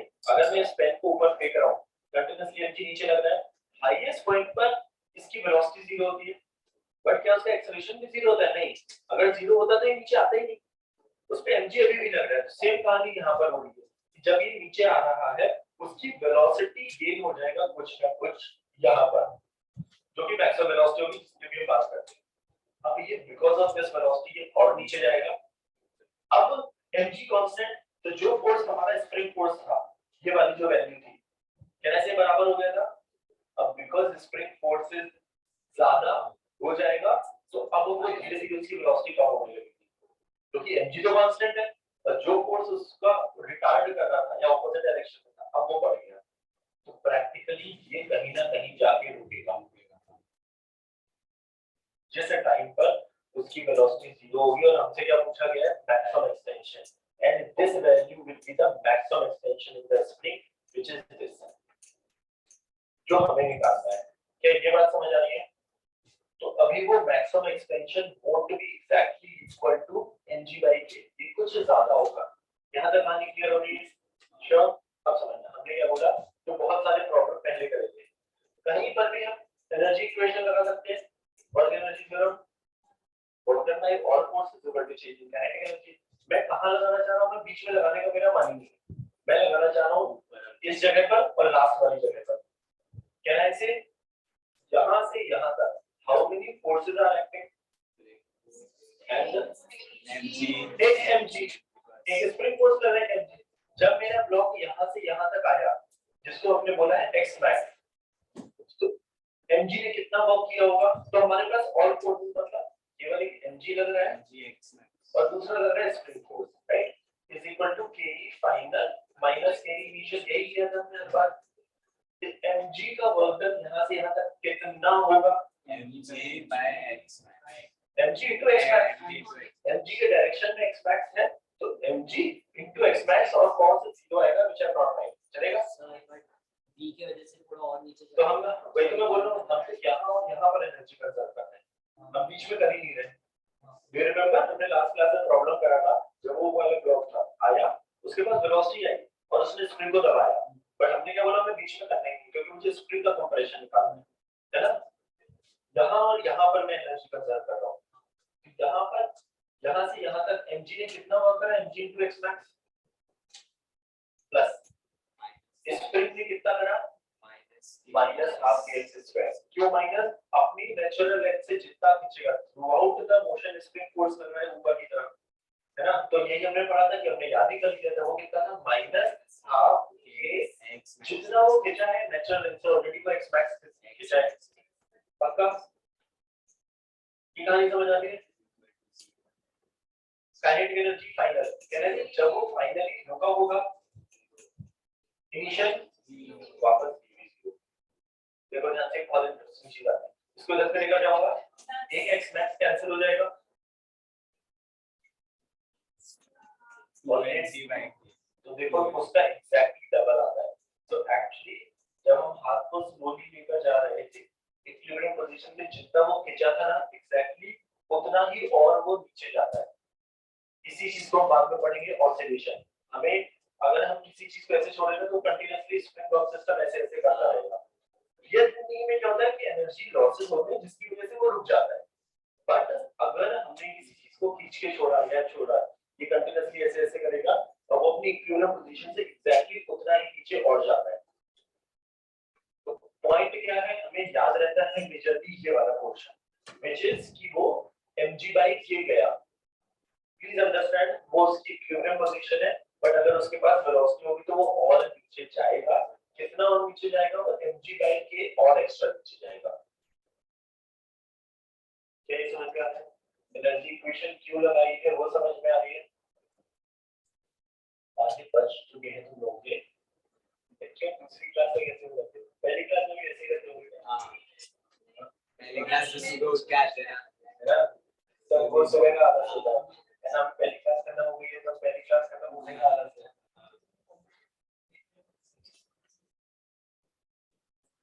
ठीक है? एग्जॉस्ट की कब पे मार मार के 1 घंटे का ब्रेक मिलता है ना, उसमें भी तो एग्जॉस्ट होता है। 10 से 11 ब्रेक था। अरे मुझे बताया गया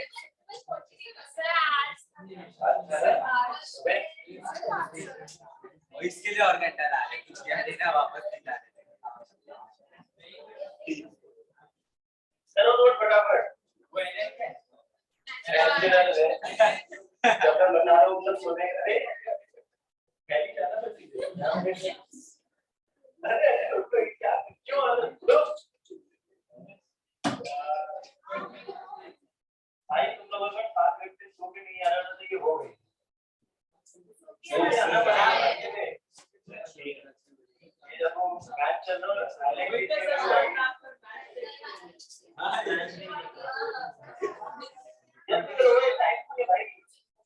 बहुत लंबा खींच गया है मेरा कीमत कम कर रहा होता है नहीं कैसे चालू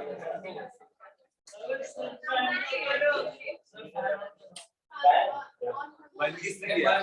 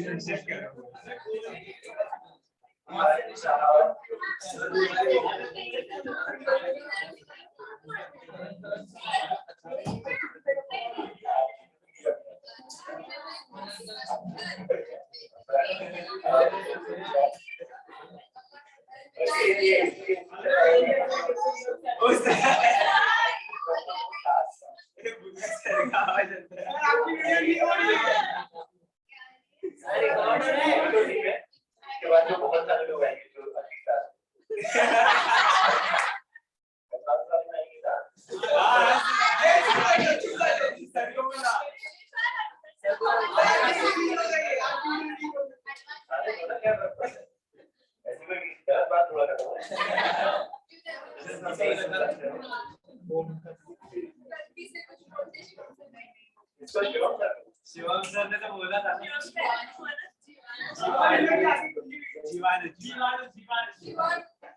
जीवाणु और माइक्रो ये सब याद है कुछ काम में याद नहीं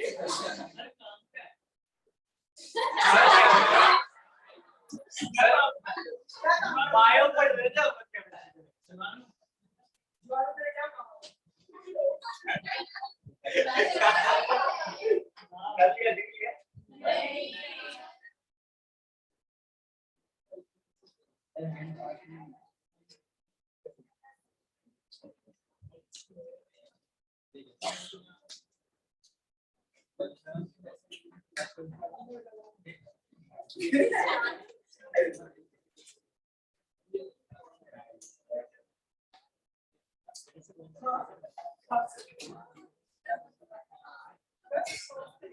करोगे प्रॉब्लम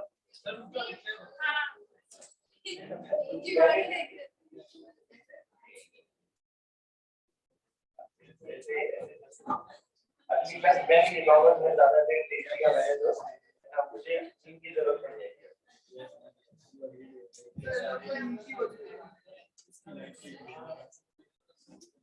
जल्दी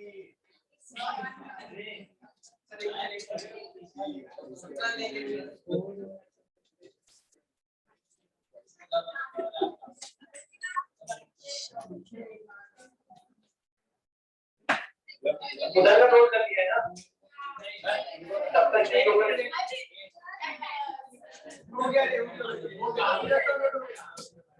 सर पूरा हो गया सर सेकंड आएगा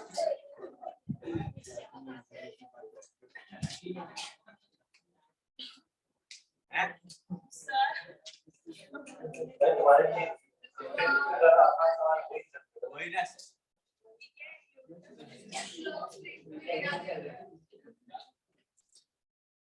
ये हार्ड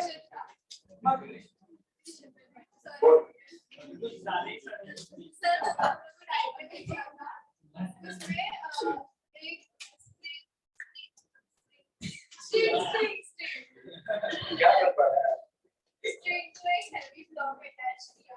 उसके नीचे और एक स्ट्रिंग तो फिर नीचे वाली स्ट्रिंग को सडन जॉब किया तो कौन सी वाली स्ट्रिंग टूटेगी ऊपर वाली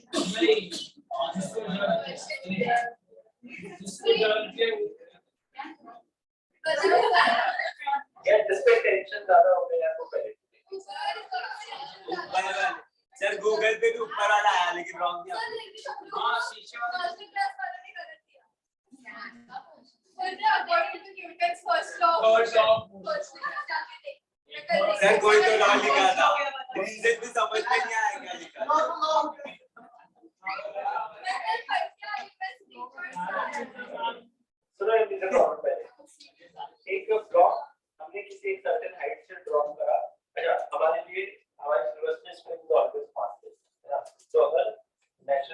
वर्टिकली स्प्रिंग पर रखना या फिर ऐसे रखने की स्प्रिंग हमारी नेचुरली अपने आप नहीं कर रही, ठीक है, क्योंकि वो मासलेस है। ओके, सो इस ब्लॉक को हमने 4 mg बाई के हाइट से ड्रॉप किया है, ठीक है। as soon as it hits the spring, है ना, spring में तो अंदर फ्लो है तो नीचे जाए, ठीक है। you will have to tell the find the maximum compression in the spring. अच्छा, only try writing down the equation, है ना, उसके बाद मैथ्स वाला पार्ट है वो सॉल्व करना। कोशिश ये करो ये लिखने की जब ये नीचे जाएगा तो क्या होगा या फिर कहां पर एनर्जी कंजर्व करेंगे, इसमें कांस्टेंट ये दिया गया है, ठीक है। ब्लॉक का मास है, try writing down the equation.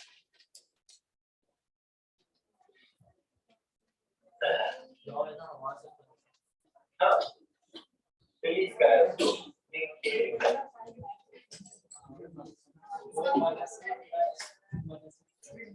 अरे जल्दी करो, 4 mg by k ना, 4 mg by k।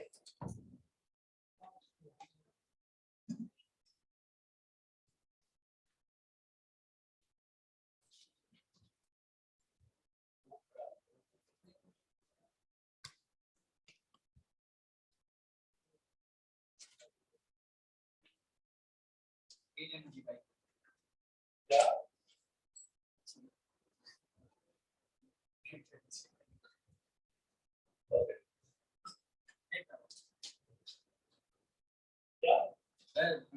ब्लॉक करेंगे तो वही केस होगा ना, हैंड चलो लाइन पर तो क्या किया गया, इक्वेशन क्या की तो किस तरह और बिकॉज़ दो केसेस को ना कंपेयर मत कर लो कि एग्जैक्टली सेम केस है। Try writing down the equation, है ना, इस जगह पर इक्वेशन लिख रहे हो, प्रॉब्लम देखना आधा क्वेश्चन ना जब पढ़ते हो और मुझे बताते हो चेंज कर देते हो, है ना, तो इक्वेशन लिखा है तो मुझे क्वेश्चन है मेरे पास तो क्लास पर ये करेंगे solve. Okay, quickly try writing down the equation again and repeating, please don't write the equation जो पहले वाला था, है ना। सो ओके, मैं बोलूंगा सिंपली तुम ये कोशिश करो लिखने की एनर्जी इक्वेशन बिटवीन 2 पॉइंट। पहले तो सोचो कौन से 2 पॉइंट पे डिसाइड करते हैं, उसके बाद एनर्जी कंजर्वेशन करने की कोशिश करो। Work done by all force equal to change in direction energy को वही किया तो क्या है फिर वो वर्क ऑन तो एनर्जी लगेगा, स्प्रिंग फोर्स का लगेगा, हां स्प्रिंग फोर्स का माइनस में लगेगा, लगेगा नहीं मतलब होगा, तो पूरी इक्वेशन लिखनी पड़ेगी।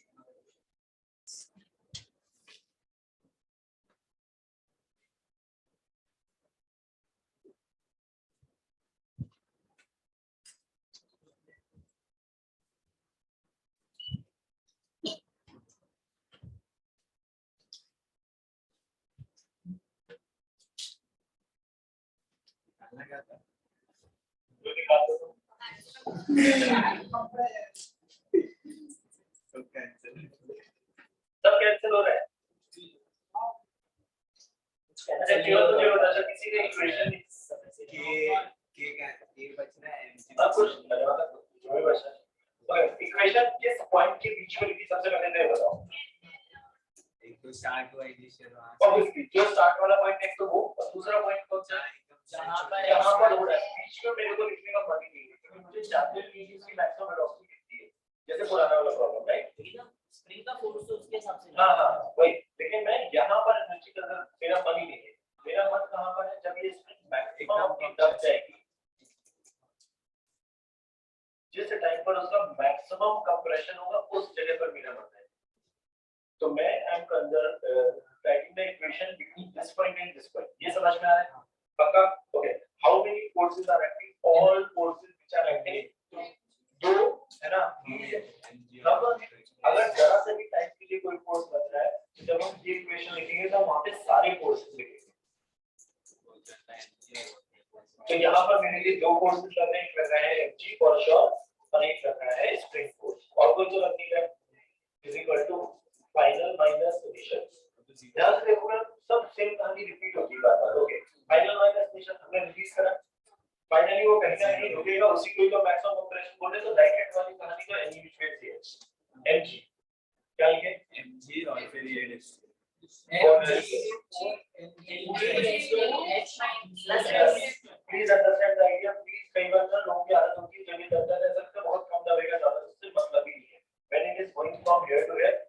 continuously mg is acting. ऐसा नहीं कि जब ये टकराया mg लगना बंद हो गया, mg लगेगा, है ना? So work done by mg will be mg 4 mg by k plus x. ये समझ में आ रहा है? xm जो हमको निकालना है. Okay, what would be the work done of a spring? minus half k और What is xm का square केवल, तो क्या है कि minus half k x. बोलो. Sure. यहाँ पर सॉल्व करने में थोड़ी सी मेहनत होती है क्योंकि this is a quadratic equation. जब हम इसको सॉल्व करेंगे ना तो एक क्वाड्रेटिक इक्वेशन है, तो सॉल्व कैसे करा जाएगा नॉर्मली कि एलसीएम लो, ठीक है, और मल्टीप्लाई कर दो. सो बेसिकली यहाँ लिखा है 4 m square g square by k minus plus mg xm minus half k xm का square. Can you see this is a quadratic equation? xm में पूरी इक्वेशन को अच्छा हाँ k से मल्टीप्लाई कर दो एक बार, है ना? एक माइनस से मल्टीप्लाई कर दो तो और 2 से भी मल्टीप्लाई कर दो, है ना? तो वो क्वाड्रेटिक इक्वेशन है. वो क्वाड्रेटिक इक्वेशन आपको सॉल्व करनी होगी, है ना? उससे आंसर आ जाएगा. The point is understand the idea how we are writing down the equation. क्या ये समझ आ रहा है? पक्का? मुश्किल इतना नहीं है, just try to understand the idea क्या क्या है. Then how we are writing down the equation, why we are not using the force equation, है ना? हम एनर्जी इक्वेशन क्यों लिखते हैं? क्योंकि हमारे पास इनिशियल और फाइनल काइनेटिक एनर्जी 0 है, इसलिए हमारे पास ये राइट हैंड साइड वाला टर्म 0 हो जाएगा. फोर्स इक्वेशन में कई बार लोगों को लगता है जहां पे फोर्स पहले से वहां पर रुक जाएगा, बिकॉज़ वो थोड़ा है, उसके बाद वेलोसिटी होगी तो रुक जाएगा जैसे यहां पे जा रहा है. क्लियर है? पक्का? थोड़ा सा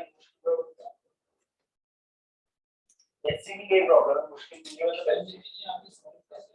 ये डाउट काइनेटिक की direct area except quadratic direct x की वैल्यू x की वैल्यू x की दो x में क्वाड्रेटिक x is का एरिया जल्दी बता देते हो तो आ जाएगा. वो एक बार क्वाड्रेटिक इक्वेशन बनी कि एक्सेप्ट में ये समझ में आता है कि ax स्क्वायर, यदि ये पता होगा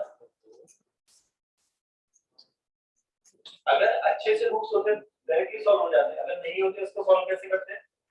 माइनस स्क्वायर माइनस 4 इसके इक्वल टू उसको भी मतलब वैल्यूज पे मत जाओ, है ना? ट्राई अंडरस्टैंड कि ये चीज कैसे लिख रहे हैं. तो सबके वैल्यूज दे रहे हैं तो वेरिएबल फिर ये तो सिर्फ number of problems but I guess अगर नहीं भी होगा तो इससे सॉल्व कर सकते हैं. पढ़े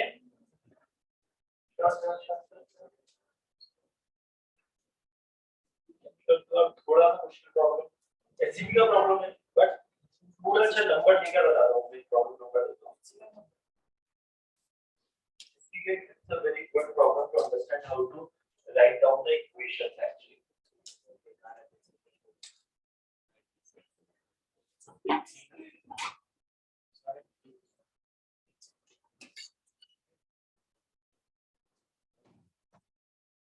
स्ट्रिंग दी है, ठीक है, 37 डिग्री दी है. एक यहाँ पर एक ब्लॉक है of 1 kg. Mass of the block दिया गया है हमें. स्प्रिंग इनिशियली ब्लॉक और स्प्रिंग के बीच की डिस्टेंस दी गई है 5 मीटर. नहीं, ये दिया 4.8 मीटर है.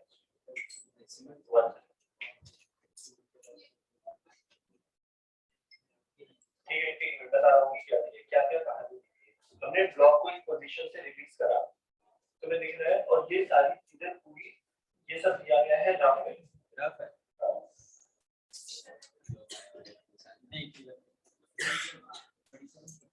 रफ है बट उसका व्यू नहीं दिया गया है. ठीक है, सुनना चाहते हैं कि क्या क्या कहानी है. ये ब्लॉक नीचे जाएगा, कैन यू सी कि ये दबेगा. हमको बोला गया है अपने मैक्सिमम कंप्रेशन में ये 20 सेंटीमीटर दब है. अच्छा, तो कुछ ऐसा लिखा होगा block is released from rest. ठीक है, it moves down compresses the spring by 20 centimeter. अपने मैक्सिमम कंप्रेशन में सर बट जो 20 सेंटीमीटर से मीटर में रहना अगर तो कर लोगे ना, आना है ना. है मतलब पूछ रहा हूं जब सॉल्व करोगे तब. ये ठीक है, फिर बोला गया ये दब रहा है यहाँ पर, then it rebounds on the inclined plane and stops exactly at 1 meter from this position, from the initial position. So that's it. तो जब मैं तुम्हारे लिए थोड़ा सा प्रॉब्लम सिंप्लीफाई कर रहा हूँ, रियल जिंदगी में क्या होगा, ब्लॉक ये नीचे आ रहा है, हमें बोला गया ये दबा इतना और फिर ये वापस ऊपर चढ़ा अपनी इनिशियल, तो अभी ये 4.8 इसीलिए दिया था कि ये वाली जो लेंथ हो गई ना, हो गई हमारे पास 5, क्योंकि वो 0.2 है इसलिए वो 5, तो ये 5 मीटर। उसके बाद बोला ये अपनी इनिशियल पोजीशन से फाइनली वो 1 मीटर पे जाके रुक जाता है, मतलब ये दबा होगा और फिर ये 4 मीटर और पीछे चला होगा और ये यहाँ, तो मतलब फर्स्ट ये पोजीशन उसने अटेन करी, सेकंड पोजीशन जो इंफॉर्मेशन दी गई है वो ये वाली दी गई है, और फाइनली जब वो रुक रहा है दिस माय थर्ड पोजीशन, कहां पर ऊपर के से स्प्रिंग दबी होगी, स्प्रिंग दबी होगी तो स्प्रिंग ने धक्का मारा होगा, कुछ धक्का मारा होगा तो फिर वो ऊपर जा रहा होगा, आपने वो यूज और फिर वहां पे स्टॉप, हां इनिशियली रिलीज करा है उसको, जो रफ सरफेस था उसका वैल्यू उसका व्यू नहीं दिया है भाई, तो वही हमसे पूछा गया फाइंड फ्रिक्शन कोएफिशिएंट, वहां पे जाके स्टॉप होगा नहीं एक बार यहाँ पे गया because of the spring force वो रुका होगा, बट स्प्रिंग दब गई, स्प्रिंग फोर्स लगानी होगी तो फिर से ऊपर चढ़ा और किसी एक जगह जाके रुका, वो जगह ये हमारी इनिशियल पोजीशन से 1 मीटर, ये सारी डिस्टेंसेस जो तुम्हें दिख रही है ना, स्टॉप हो गया फाइनली, यहाँ पर आके वो रुक गया, अब वो कहीं मूव नहीं कर रहा है, this is the final position of this जहां पर वो रुक गया। अच्छा एक पहले बिफोर यू स्टार्ट, जो फ्रिक्शन होता है जब तक स्लाइडिंग हो रही है, फ्रिक्शन मैक्सिमम वैल्यू में लगता है, एंड कितना लगता है वो mu mg cos theta in case of inclined case, दूसरी चीज फ्रिक्शन फोर्स का मोटर, जैसे अगर वो स्लाइडिंग होती है तो हमेशा नेगेटिव होता है, क्यों, क्योंकि फ्रिक्शन हमेशा जहां पर मूव कर रहा है उसके ऑपोजिट होता है, ये चीज सबको समझ में आती है, बस उतना सही कोई चीज है, दिखने में बहुत डरावना है बट अंडरस्टैंड द आइडिया कि क्या क्या हो रहा है। पहले ये क्यों जा रहा होगा, क्योंकि इसका mg sin theta mu mg cos theta से ज्यादा होगा, ज्यादा जब तक वो यहाँ पहुंचा तब तक, क्योंकि mg sin थीटा ज्यादा था, जो अभी पुरानी कहानी उसने वेलोसिटी गेन कर ली होगी, फिर वो नीचे जाने लगा, जैसे ही वो स्प्रिंग से हिट करा नीचे जा रहा है, बट स्प्रिंग ने फोर्स ऊपर लगाना स्टार्ट करा होगा, सीधे वो कहीं ना कहीं रुका होगा, फिर क्या हुआ होगा कि स्प्रिंग दब गई है, तो स्प्रिंग फोर्स से kx ऊपर लग रहा होगा, वो ज्यादा होगा compare to what mg sin theta नीचे लग रहा है, अब जब ऊपर जाने का मन है तो फ्रिक्शन फोर्स भी नीचे लग रहा है, फिर से वो नीचे दबा ऊपर गया क्योंकि kx से ज्यादा हो चुका होगा, फिर फाइनली वो यहाँ पर आके रुक गया, इतनी पूरी कहानी हुई।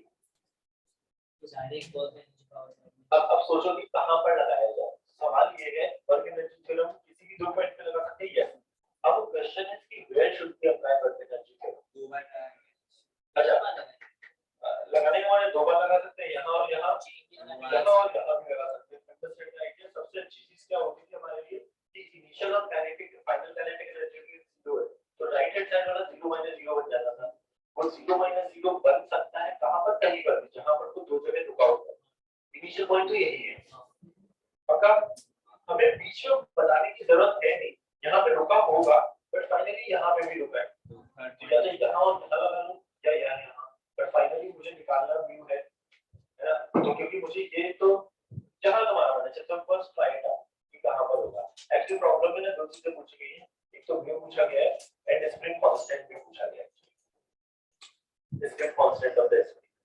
अच्छा एक चैप्टर में बताओ पहले only try writing down the equation, solve करने वाली चीज छोड़ो, इससे मुश्किल प्रॉब्लम गारंटी नहीं है, वर्क एनर्जी जहां पे चीजें बहुत मुश्किल थी पूछी जाए तुमसे,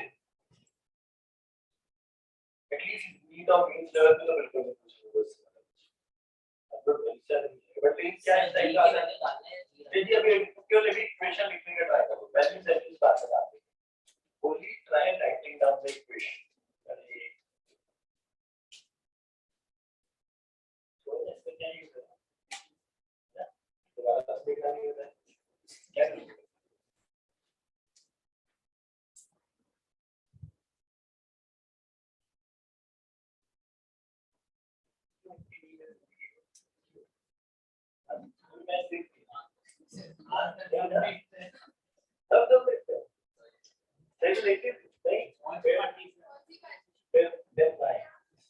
कुछ तो हुआ था आपने सोने का टाइम कितने स्टार्ट होता है कितने टाइम झूठ 12 बजे से कुछ हो गई सच में किस तरह से हुई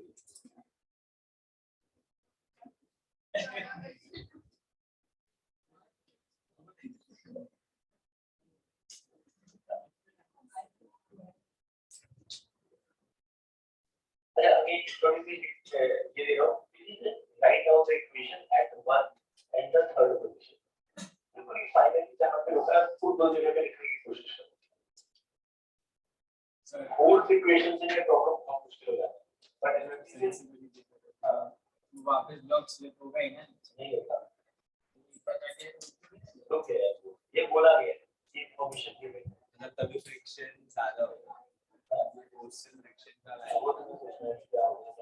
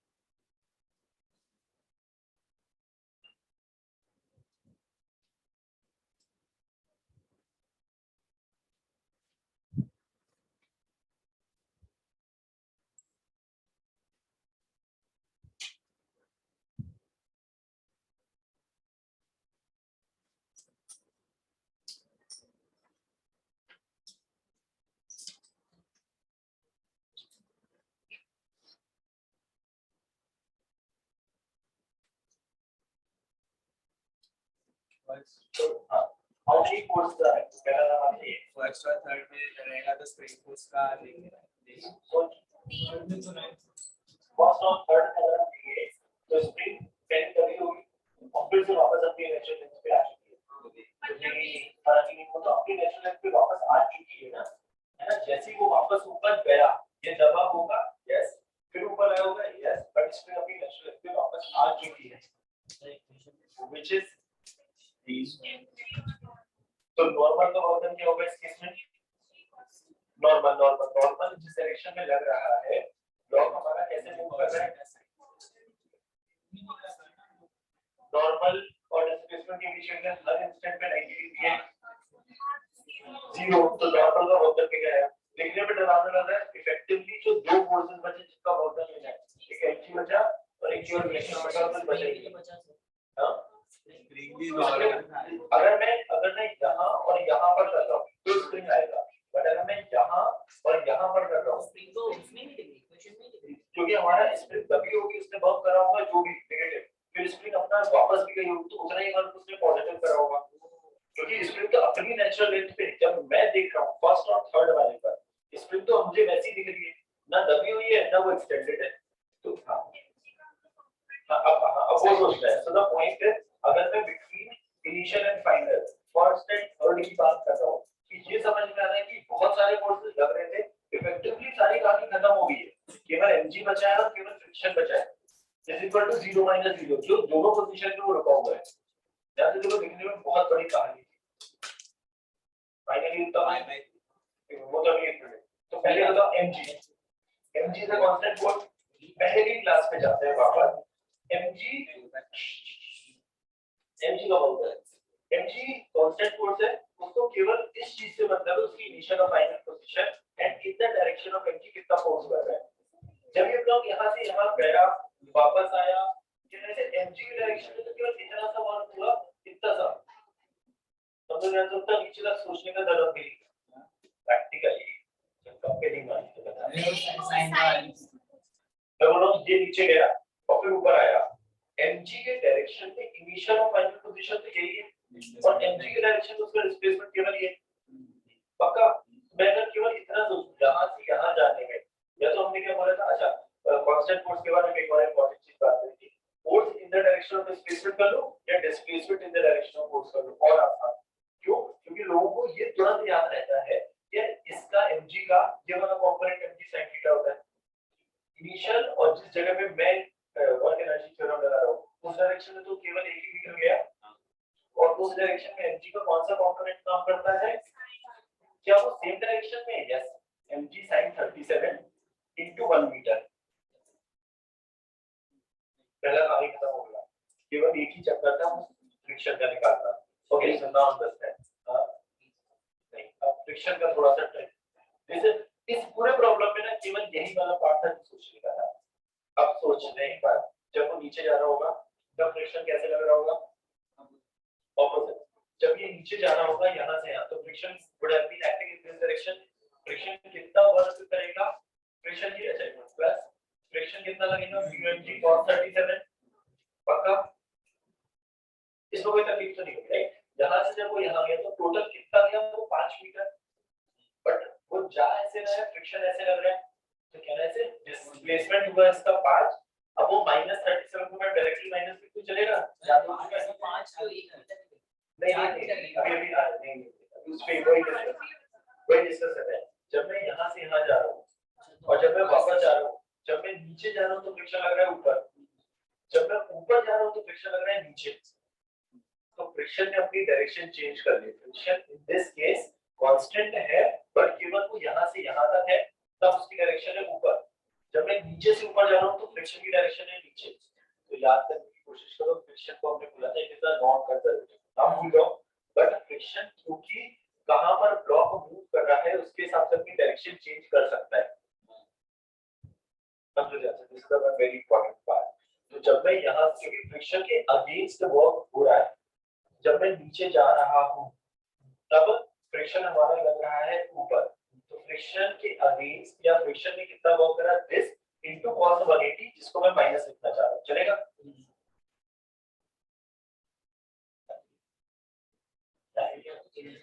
इरेजर से लेकर गया। ओके, तो यहाँ पर माइनस लिखूंगा, माइनस किसका है? cos 180 वाला।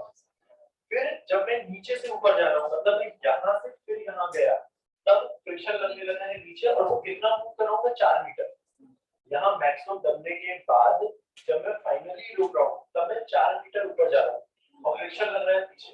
तो एक्चुअली डायरेक्टली फ्रिक्शन का जो वर्क होता है ना, वो टोटल पाथ लेंथ पे डिपेंड करता है।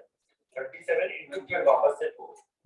तो एक्चुअली मैं तुमसे बोल देता और ये माइनस mg। हाँ वो कर सकते हो डायरेक्टली। जब मैं यहाँ से यहाँ गया और यहाँ से यहाँ, तो कितना चला? यहाँ से यहाँ जाने में 5 मीटर और यहाँ से यहाँ जाने में 4 मीटर। तो फ्रिक्शन हर टाइम पर मेरे डिस्प्लेसमेंट के ऑपोजिट था, तो हम डायरेक्टली फ्रिक्शन का मैग्नीट्यूड तो कांस्टेंट था, which is q cos theta into directly 90 लिख सकता है।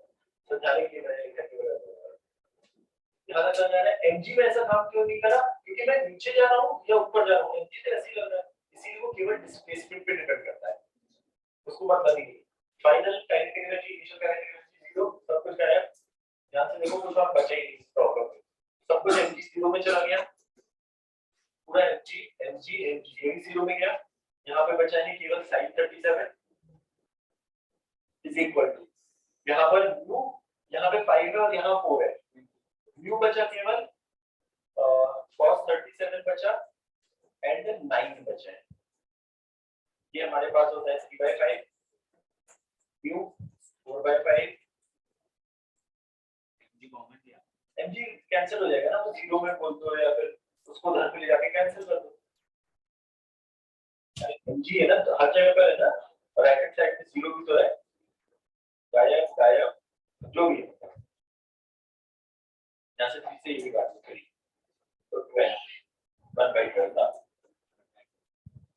अच्छा, पॉइंट ये है कि दिखने में बहुत ही लंबी कहानी लग रही थी वो, बट इफेक्टिवली कितने कोर्सेज कर रहे हैं, वो दब रहा है ऊपर जा रहे हैं, ऐसा लग रहा था बहुत डरावना है। But the point is understand the idea कि हम एनर्जी इक्वेशन कहां पर लगा रहे हैं, है ना, कितने कोर्सेज कर रहे हैं, can be directly write down. Yes, बिल्कुल, वेरी मच। क्यों फ्रिक्शन नहीं रहता? जिस चीज प्रॉब्लम दिखेगा बस ये एक्सेसिव फ्रिक्शन का वजन समझना। जैसे mg कांस्टेंट फोर्स का होता है इनिशियल फाइनल पॉइंट पे डिपेंड करता है, फ्रिक्शन का होता है how much path it has covered, क्योंकि वो डायरेक्शन चेंज कर लेता है अगर वो ऊपर जा रहा है या नीचे जा रहा है। बोलो सर में सर टोटल उसका डिस्टेंस देखो कि इसने कितना कवर किया है पहले का। Yes exactly. और तो प्रैक्टिकली सोचो कि सपोज एक पहाड़ है बट सर डिस्प्लेसमेंट तो वो नहीं होता डिस्प्लेसमेंट तो इसी की बात करनी थी, वो डायरेक्शन चेंज कर रहा है। हमने कांस्टेंट फोर्स का बहुत देर पढ़ा था, तब एफएस cos थीटा पढ़ा था, बट जब फोर्स या कुछ भी डायरेक्शन चेंज कर रहा है तो हमारा सपोज ये पहाड़ है, एक्चुअल पहाड़, मैं एक ब्लॉक को खिसका के ले जा रहा हूँ ऐसे, हर इंस्टेंट पे फ्रिक्शन उसके ऑपोज करने की कोशिश करेगा ना, यहाँ पर है तो फ्रिक्शन ऐसे लगेगा, फिर यहाँ है तो फ्रिक्शन ऐसे लगेगा, तो फ्रिक्शन एक्चुअली उसके पाथ एंड लेंथ पे डिपेंड करता है। क्यों? क्योंकि वो डायरेक्शन चेंज कर रहा है।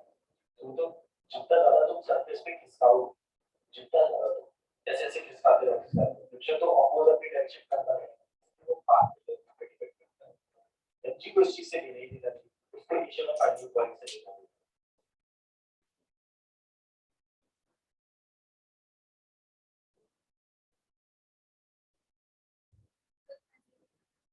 तो ये तो आंसू दिखा देते हैं, एक आंसू दिखा दे रहा नहीं, आगे नहीं है, जवाब पे बात शुरू कर रहा हूँ, दिखा दे तो खुश है यार, अच्छे से पढ़ रहा है यार, मैथ में क्या एक्साइटमेंट में पढ़ रहा है, आपका टीम से ना पैसे कमाए तो सट्टा लगाया नेक्स्ट मैच बड़ा आसान टॉपिक है। यस और सऊदी यहाँ पे हम वो तो सऊदी नहीं पता है, मेसी ने गोल नहीं मारा, पीछे भागते रहते हैं। मेसी ने गोल नहीं मारा मारा सर, हां वेट जब बॉल के पीछे भागा राइट, हम लोग आज के किसकी है? आज किसकी है? यार ये तो कोई नहीं बोला सर, इसका पता ही नहीं ना। हां सर लाइक इसके साथ सब क्या मैं बस काम की चीजें बता यार, कि देख सकता हूँ सर, बड़े हमें थोड़ा आसान प्रॉब्लम में आके ऐसा लग रहा है। अच्छा हाँ ओके, ये निकालना बाकी है। ओके, ये निकालने के लिए क्या करना चाहिए? पूरा कहाँ पर? यहाँ से आते हैं यहाँ से यहाँ तक एग्जैक्टली, क्योंकि हाफ के एक्स स्क्वायर का टर्म चाहिए।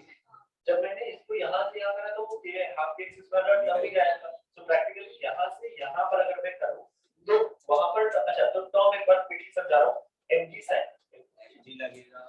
अच्छा एक बार लिख दे रहा हूँ, सुना, जब मैं यहाँ और यहाँ के बीच में बात करूँ तो mg का वर्क क्या होगा? mg sin theta into 5 meter है, 5 मीटर और कौन सा फोर्स लग रहा है? फ्रिक्शन, इसका work done minus UMG cos theta 5 cos theta into 5, ये माइनस आया है cos 180 की वजह से, जो ऑपोजिट कर रहा है। और अब स्प्रिंग का माइनस हाफ के स्क्वायर, बिकॉज़ स्प्रिंग डबल है, बट वहां पे ये हमें निकालना है, x की जगह क्या आएगा?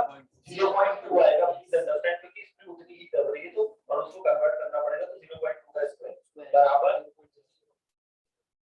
0 माइनस। अब क्या मुझे व्यू पता है? यस, अब इस पूरी कहानी में मुझे व्यू पता लग चुका है, अब केवल ये नहीं पता है, आ जाएगा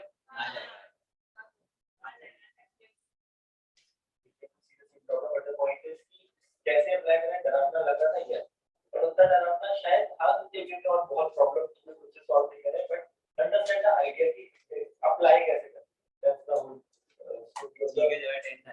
हां ठीक है, अगर आइडियली जब ऐसे 9.8 डाल के आंसर दिया जाता है, ठीक है सर एक्चुअली बहुत जगह में 9.8 जहां पे लिखा नहीं है वो 9.8 और कोई 9.9 और कोई 9.9 नहीं है, 9.8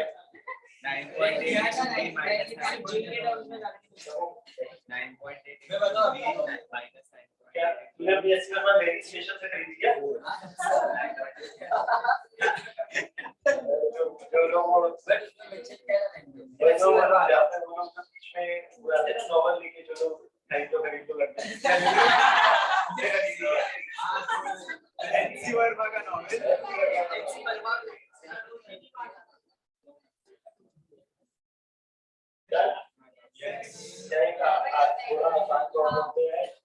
सर प्रॉब्लम बताना जरूरी है।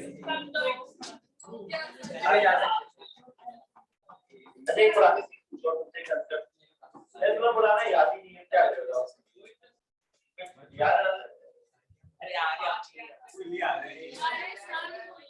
और ये इसके साथ सर डबल क्या बताऊं ए डबल हो गया था एक बोलने वाला इंक्लाइन प्लेन नहीं है सिचुएशन में स्विंग है वो अरे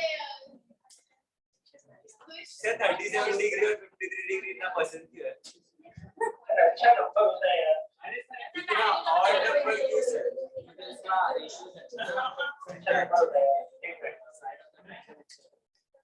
3 4 5 ओके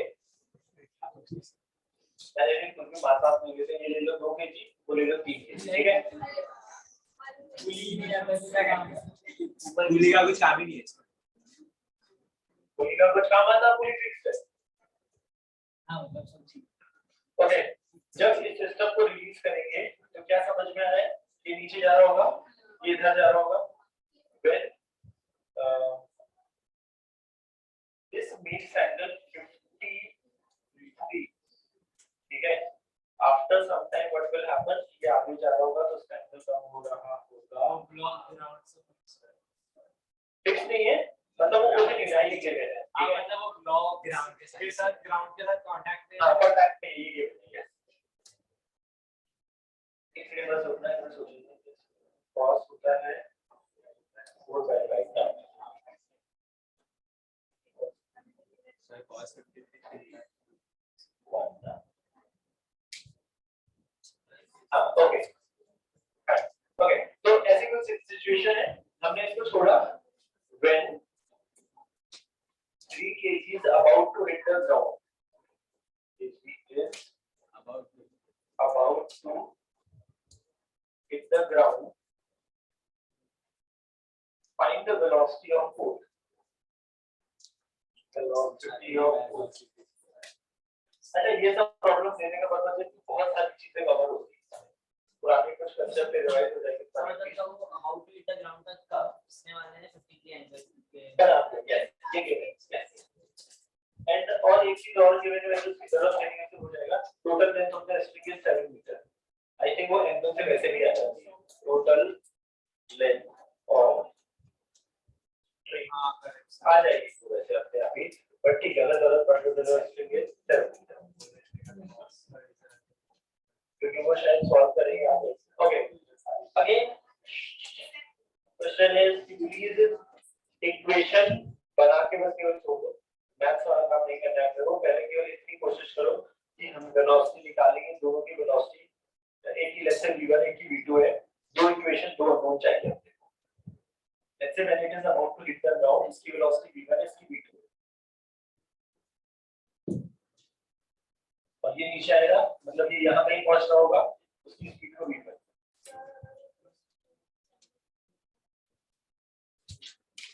गलत किया क्या तो एक बार चेक कर सकते 5 का साइन लिखा होगा 3 सेकंड नहीं सही है 3 आएगा हाँ सही है मैच जब वो about to hit the ground होगा तो 3 मीटर हो जाएगा तो 4 मीटर हो जाएगा और वो एंगल से वेरीफाई होगा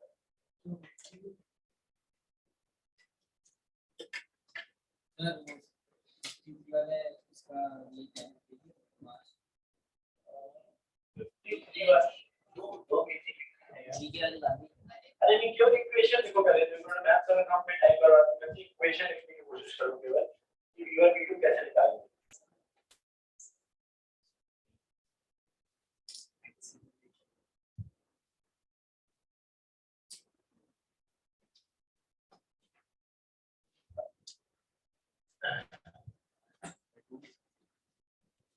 तो इक्वेशन लिखी हुई है हां देखिए बताइए क्या क्या किया है इक्वेशन लिखा क्या है ये तो बता किसी टेंशन का कंपोनेंट से क्या करें एक ही ये वाला आएगा ना ब्लॉक ये वाला यूज करना है तो that is equal to mass times अच्छा लेकिन प्रॉब्लम ये है ना वो जो टेंशन तुम सोच रहे हो ना उससे होगा नहीं क्योंकि वो कंपोनेंट क्या है एंगल हर इंस्टेंट पे चेंज हो रहा है अच्छा whenever we can solve any particular problem with force and energy both makes a way too easier to solve with energy क्योंकि force भी क्या force एक वेक्टर क्वांटिटी है वेक्टर क्वांटिटी की वजह से चक्कर क्या होता है कि अगर उसके कंपोनेंट लेने पड़ते हैं एक्सेलरेशन अगर कांस्टेंट होता है फिर भी आसान हो जाता है अगर एक्सेलरेशन वेरिएबल होता है ना तो फिर वो डिफरेंशिएशन इंटीग्रेशन आ जाता है ये एंगल जो 37 से 53 हो रहा है क्या सडन थोड़ा हुआ है, वो धीरे धीरे बढ़ रहा होगा ना, तो वो जो टेंशन का component when you are saying वो वेरिएबल होगा। अच्छा पहली बात तो वर्क एनर्जी चैप्टर ये है, तो ट्राई विद एनर्जी इक्वेशन।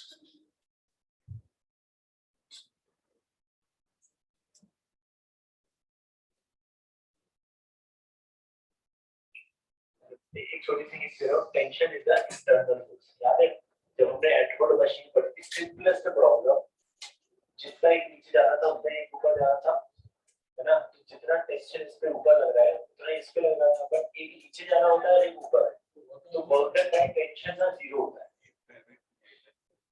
तो वर्क डन बाय टेंशन किसी जगह पर ना कि पूरी मासलेस है ना, और स्ट्रिंग भी मासलेस, तो टेंशन ना कुछ भी वर्क करता है।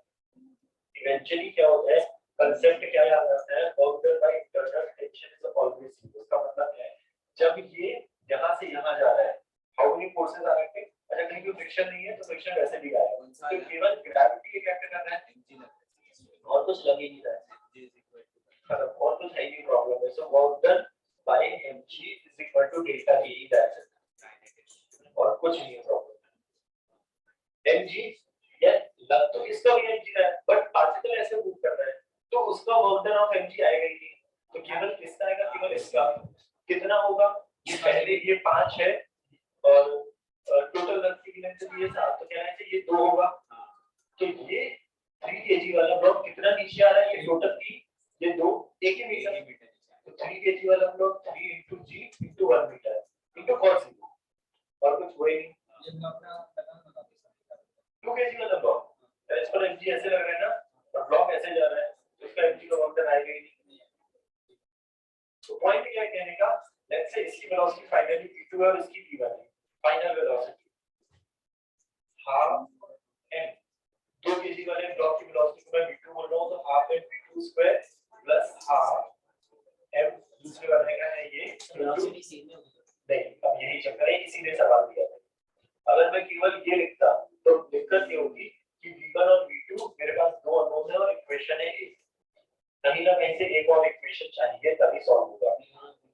में रिलेशन वो तुमने पढ़ा होगा इन टर्म्स ऑफ कंस्ट्रेंट, याद है कुछ वन को लिया पॉइंट एक को लिया बट खुली है, लेकिन ब्लॉक हमारे से अलग-अलग टाइप से मूव कर रहे हैं, ये ऐसे जा रहा है और ये ऐसे जा रहा है। नहीं इनिशियल तो दोनों जीरो था, दोनों की फाइनल वेलोसिटी v1 v2 है ना, ये वाला टर्म ना, तो हाफ m v स्क्वायर इसके लिए लिखा, हाफ m v स्क्वायर इसके लिए लिखा।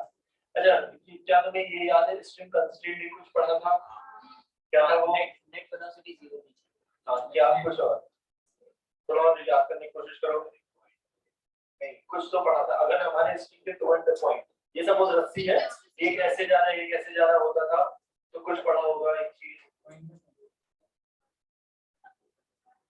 वो तो अलग केस हो गया, और याद करो and point of the string have the same velocity along the string. अच्छा अगर नहीं पढ़ा है तो क्विकली याद कर लो एक चीज, अगर पढ़ा होगा गारंटी वैसे सपोज ये रस्सी है, इस पॉइंट की वेलोसिटी है v1 इधर और ये एंगल है θ1, θ1 कौन सा एंगल है, रस्सी के अलोंग, दूसरा एंड पॉइंट उसकी वेलोसिटी v2 है और उसका अलोंग द स्ट्रिंग θ2 है, then end point of the string will always have the same component of velocity along the string, नहीं तो रस्सी टूट जाती है या फिर फ्लैट हो जाती है, तो v1 cos θ1 बराबर होता है v2 cos θ2। Just remember this कहानी, अगर ये एक रस्सी है, इसका ये पॉइंट v1 वेलोसिटी से θ1 एंगल पे जा रहा है और ये वाला v2 से θ2, तो दोनों एंड पॉइंट के along the component has to be the same. Horizontal मतलब अगर रस्सी के अलोंग, रस्सी तो दोनों एंड पॉइंट कहीं पे भी जा रहे हो कोई फर्क नहीं पड़ रहा है, बट उसका जो रस्सी के अलोंग कंपोनेंट होता है वो has to be the same. इतनी चीज याद रखनी है, तो यहाँ पर यही चीज रिवाइज करानी थी। तो द पॉइंट है ये एंड पॉइंट जो है ये तो ऑलरेडी v1 से जा रहा है, यही पर ही रस्सी है, तो ये हमारा ऑलरेडी v1 है, बट ये पॉइंट v2 से जा रहा है, बट उसका अलोंग द कंपोनेंट होगा v2 का cos 50। तो यहाँ पर दूसरा रिलेशन आता है कंस्ट्रेंट का, where v1 = v2 cos 50, अब जो भी आएगा और 53 वीडियो जो अच्छा मैथ्स पे मत जाओ, वो सब हो जाएगा सॉल्व। क्या ये समझना है, दूसरी equation is of the constant in this case. अरे प्लीज जो चीज स्पेसिफिकली ऐसा याद आ रहा हो ना कि नहीं पढ़ी होगी ना, प्लीज उतना पोर्शन रिवाइज करने की कोशिश करो। Thank you. नेक्स्ट आधा घंटा जल्दी आके बोल देते। जो किसी का टेस्ट है अरे 12 वालों का एडवांस वाला वो तो मेरी क्लास है, मैं जब शुरू करा मेरे से पढ़ाएगा तो वही ना, तो फिर क्या सब कुछ आप लोग कर जाए। अच्छा एक मिनट में ओके ये समझ में आया यार, आइडिया आज खत्म कर देना चाहिए बट अगेन प्लीज अभी जो पुरानी चीजें तुम रिवाइज करके नहीं आ रहे हो ना, इस चक्कर में पुराने प्रॉब्लम देने पड़ रहे हैं, है ना? तो प्लीज कम रिवाइज एक और छोटी सी चीजें कुछ चीजें और बतानी है, अदरवाइज चैप्टर सॉल्व तो कर सकते हो, कुछ एक्स्ट्रा चीजें बतानी होगी बस, ठीक है? तो नेक्स्ट क्लास में खत्म हो जाएगा फॉर श्योर। प्लीज रिवाइज करके आना, दोबारा हम बोल रहे हैं सर पुराने कांस्टेंट कोर्स का होता नहीं है और सो के आएंगे अच्छे से, है ना? भाई ये मैच जब बंद करो यार, मैच 64 डेज है, 64 डेज